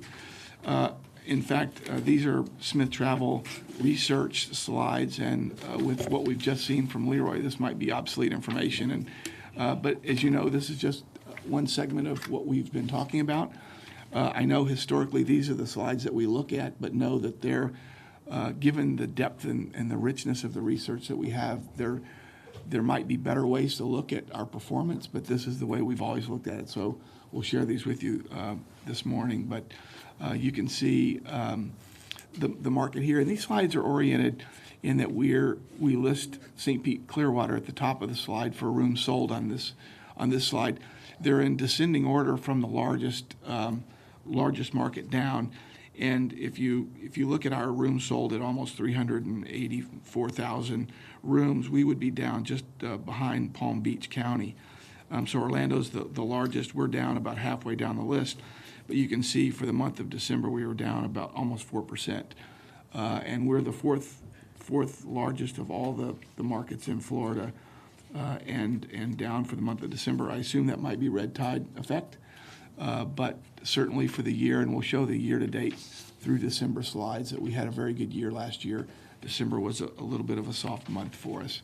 And just a reminder on the rooms sold, Jim, is again, this is about 60% Right. of the total destination. So the largest snapshot we have at the current time in terms of rooms sold for the destination. And the real value, at least from how I've always looked at it, Leroy and you and I have had some discussion about it, we'll continue to discuss it, but rather than the absolute number is really, and or the change, it's the consistency of over time.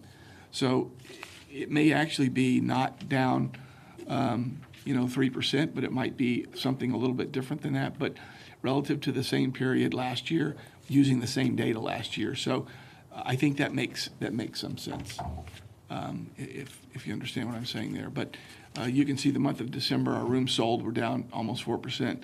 Average daily rate was almost flat, and then RevPAR is down 3% for the month of December for our destination. Year to date, you can see a much better story for the full year. December was a little soft, but for the year we are up in room nights sold. According to the Smith Travel data, our average daily rate was up almost $150, and that's about middle of the range for the state. We talked about that earlier, Tony, and you were talking about our value in the market and how we're much more affordable than the markets in the South. And the chart that Leroy has up there shows the average daily rate. We're down just above Sarasota at almost $150 a room, but you can see the Keys and Naples and Miami are $200 or more. So our destination does offer some value, and that's probably driving some room nights for us. And then we've got some slides that Leroy's put together that really show it in a little bit different fashion. Again, the same data for tourist development tax, but you can see that we surpassed $4 million, up a little over 1%, and then you can see that's about almost $43,000 more than last year. And you can see the chart at the bottom that shows that graphically. And then I think the last chart shows the last quarter of the year and the strength that we had last year, and that might be a red tide effect. We're down about $200,000 in tourist development tax, or almost 2%. And I got January numbers from Smith Travel yesterday. It was a strong month across the board. RevPAR, rooms sold, ADR, all up. I would expect maybe a double-digit increase year over year for bed tax, again, based off of those numbers. I don't know if the hoteliers agree with that, but I think it seems like we've come out of the fall kind of slowness, and things are rebounding from an STR perspective. Good point, Leroy. We talked yesterday, and I'm not, this is my first meeting, and I thought there was some value in having Mary here, and we can talk more about the value of having that insight into the marketing plan. But what Leroy and I talked about yesterday was trying to take more of a forward look at our projections. We talk about what's happened in the fall, what happened in 2018. We don't have much in our presentation this morning about our projection for the first quarter of 2019. Leroy's got January data already, and we talked briefly about it yesterday. And I think there's value in looking forward and certainly trying to coordinate the projections that we have with our marketing campaigns going forward and where we spend our money. So I'm open to suggestions on that. We do have some forward-looking information that we'd be glad to share at coming meetings if you think there's value in that. I think so. Thank you. Leroy, thank you. Okay, and then we have our bed tax report. Yes, that's. I think that's the slide that's in your book that we've historically used. It just shows month to month. Again, December up a little bit, and Phil, you talked about that earlier. The bed tax from the tax collector was up, but you can see from Smith Travel that we're down. So doesn't make sense until you really realize that Smith Travel doesn't represent the full population of what we're, of the market room sold. So December shows tax collections up just about 1%, which is good news over last year. Okay, thank you. Next is just a brief update on the new TDC committees, the Budget and Finance. Thank you all for being flexible. Some of you were willing to serve on both committees, and I was trying to balance all of that. So for Budget and Finance, it'll be Charlie Gerdes, Chuck Prather, Tony Satterfield, Phil Henderson, and Tricia Rodriguez. And the Marketing Committee will be George Creticus, Keith Overton, Doreen Moore, Russ Kimball, and Julie Ward-Bajowski. I will be preparing the Budget and Finance Committee agenda, and then Leroy, Katie, and Mary DeLong will be setting up an agenda for the Marketing Committee. As you see on the agenda, we are proposing our first meeting March 13th, and it'll follow immediately after the TDC meeting. We'll have separate locations for those committees to meet, and I warned you at our January meeting that I was going to be asking an extra hour from you all, and so we will be finished promptly at noon with everything. So other than that, are there any other board member comments? Mayor?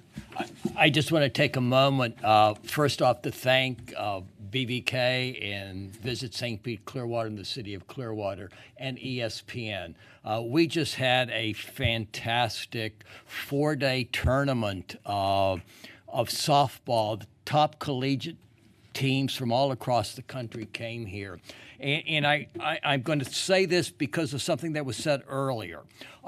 We are Visit St. Pete Clearwater. We're not Visit St. Pete.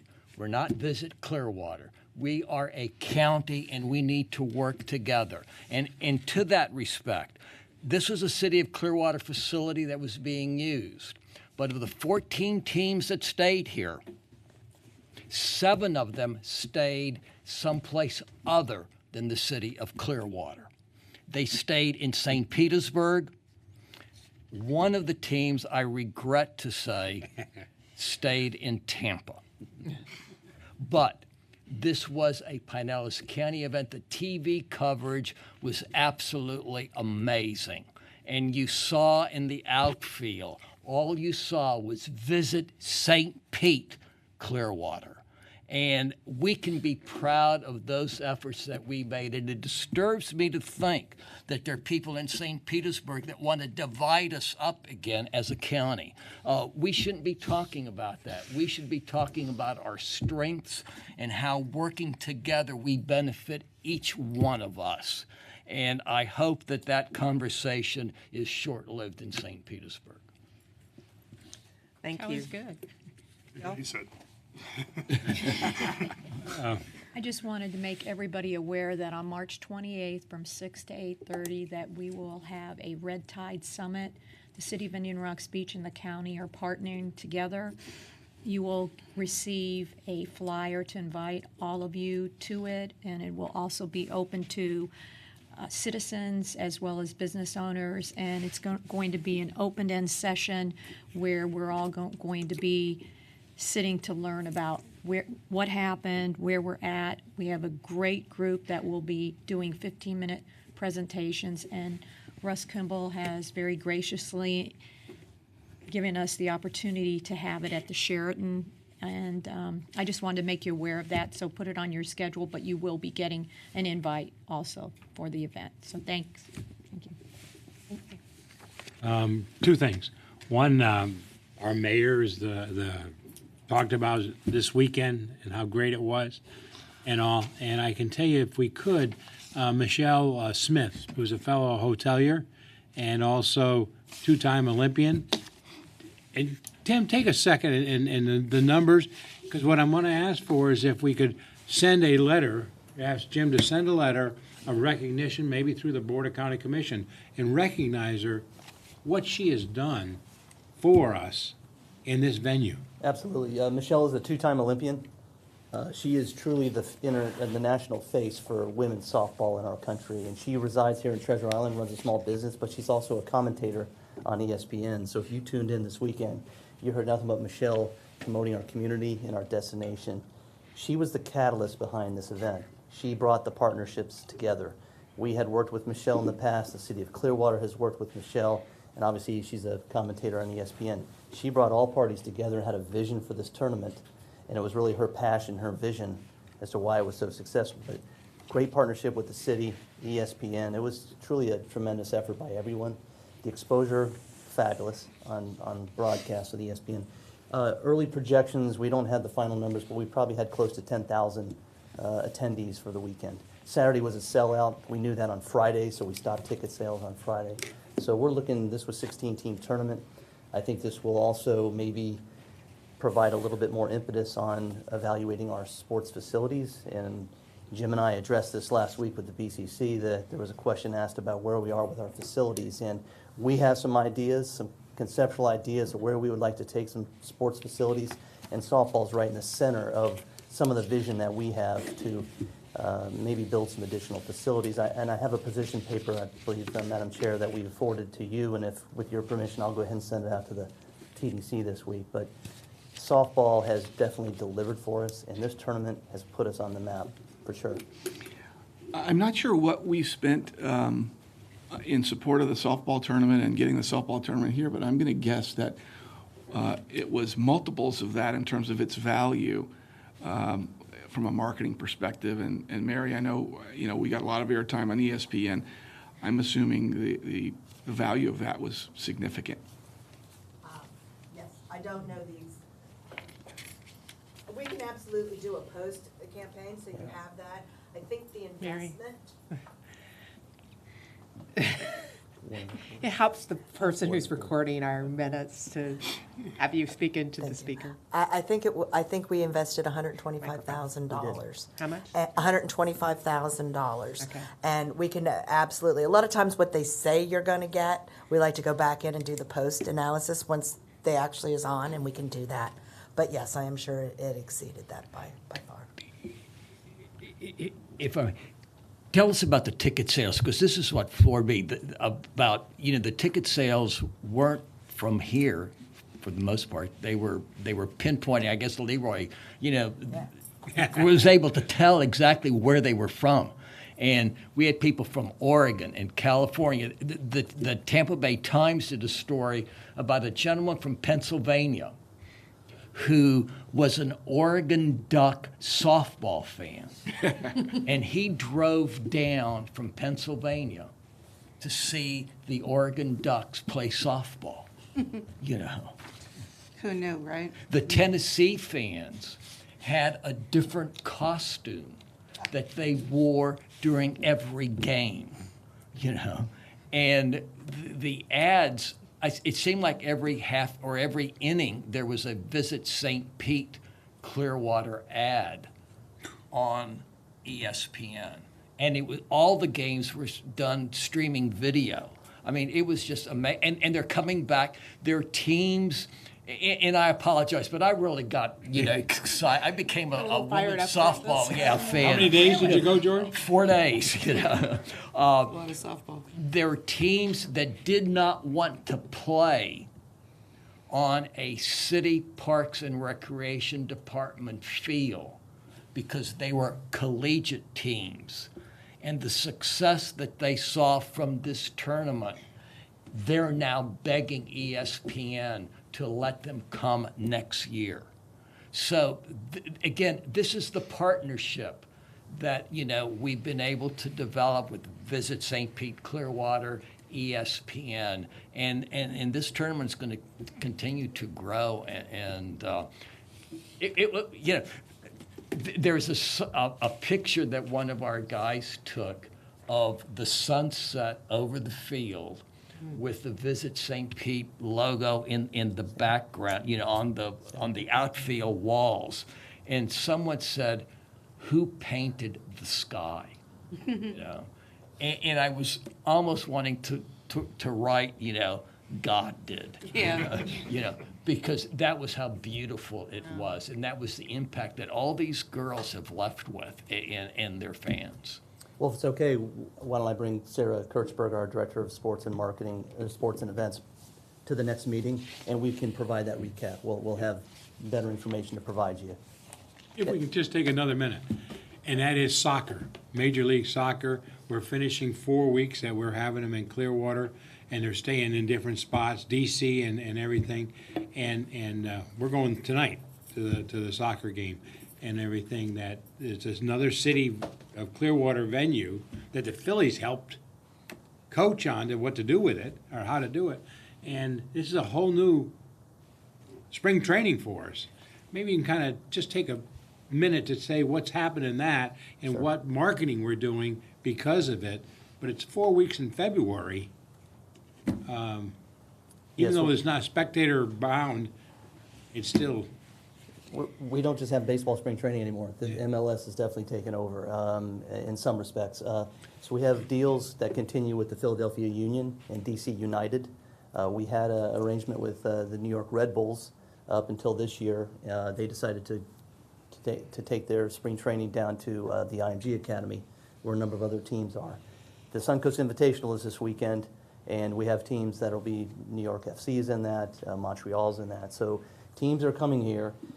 MLS spring training is different than baseball. It's not structured. These teams are on their own to go to locations and do their training. They like to co-locate with other teams, so they have that competition in the spring. So we've become known as one of those opportunities to migrate teams into our destination so they can train together. So there's definitely a future. We also have BMX this weekend. I want to put a plug in for that for our good folks in Oldsmar. It's the Gator Nationals this weekend. It's a tremendous event. Riders from all over North America and international. It's actually a qualifier for the Olympics. So we have a lot going on. And we'll do a full recap on the softball tournament at the next meeting if it's okay with the chair. Thank you. Anyone else? I just wanted to say that as one of our biggest funding partners, we have started construction on the player development center for the Blue Jays, and after the close of spring training, we'll be April 1st starting the construction on the remodeling of our stadium. So things are moving along well. But the most interesting thing, and even though it wasn't, it didn't say Pinellas County or St. Pete Clearwater, it said Dunedin, but we're all partners. Colleague and I went down for the governor's baseball dinner, which is something the governor does every year in honor and promotion of spring training in our state, and it was in West Palm Beach. Don't know if you know this, but the governor grew up in Dunedin and went to Dunedin High School, go Falcons, and he played in our Dunedin Little League and went to the Dunedin Little League World Series, and he played in high school and played on the Toronto Blue Jays stadium field that we had been touting, like Clearwater High School uses your field. So he spent 8 minutes talking about that at the dinner. I didn't know that. Yeah, he's just talked a whole ton about how that impacted him in his life growing up, and I didn't even get the full count of how many times he said Dunedin. So I mean, even though it's Dunedin, it is Pinellas County, and we had the baseball commissioner and everything at that. I mean, we had a lot of very, high caliber people at this dinner, so it was really cool. Especially when it was in another county. A little unfortunate. We held that baseball dinner here last year we at did. Tropicana Field, so the timing was a little off. Well, there. we have invited him to throw the first pitch next year in our new stadium. Hopefully, he will come and do that. Is there anything else? Okay, we're going to adjourn, and we are going to have our TDC 101 refresher course downstairs in the 4th floor. And we did poll everybody about the meeting in March 13th, and all of you preferred to keep it that date. So thank you all very much. Thank you to our excellent staff and to Mary from VVK, and we're adjourned.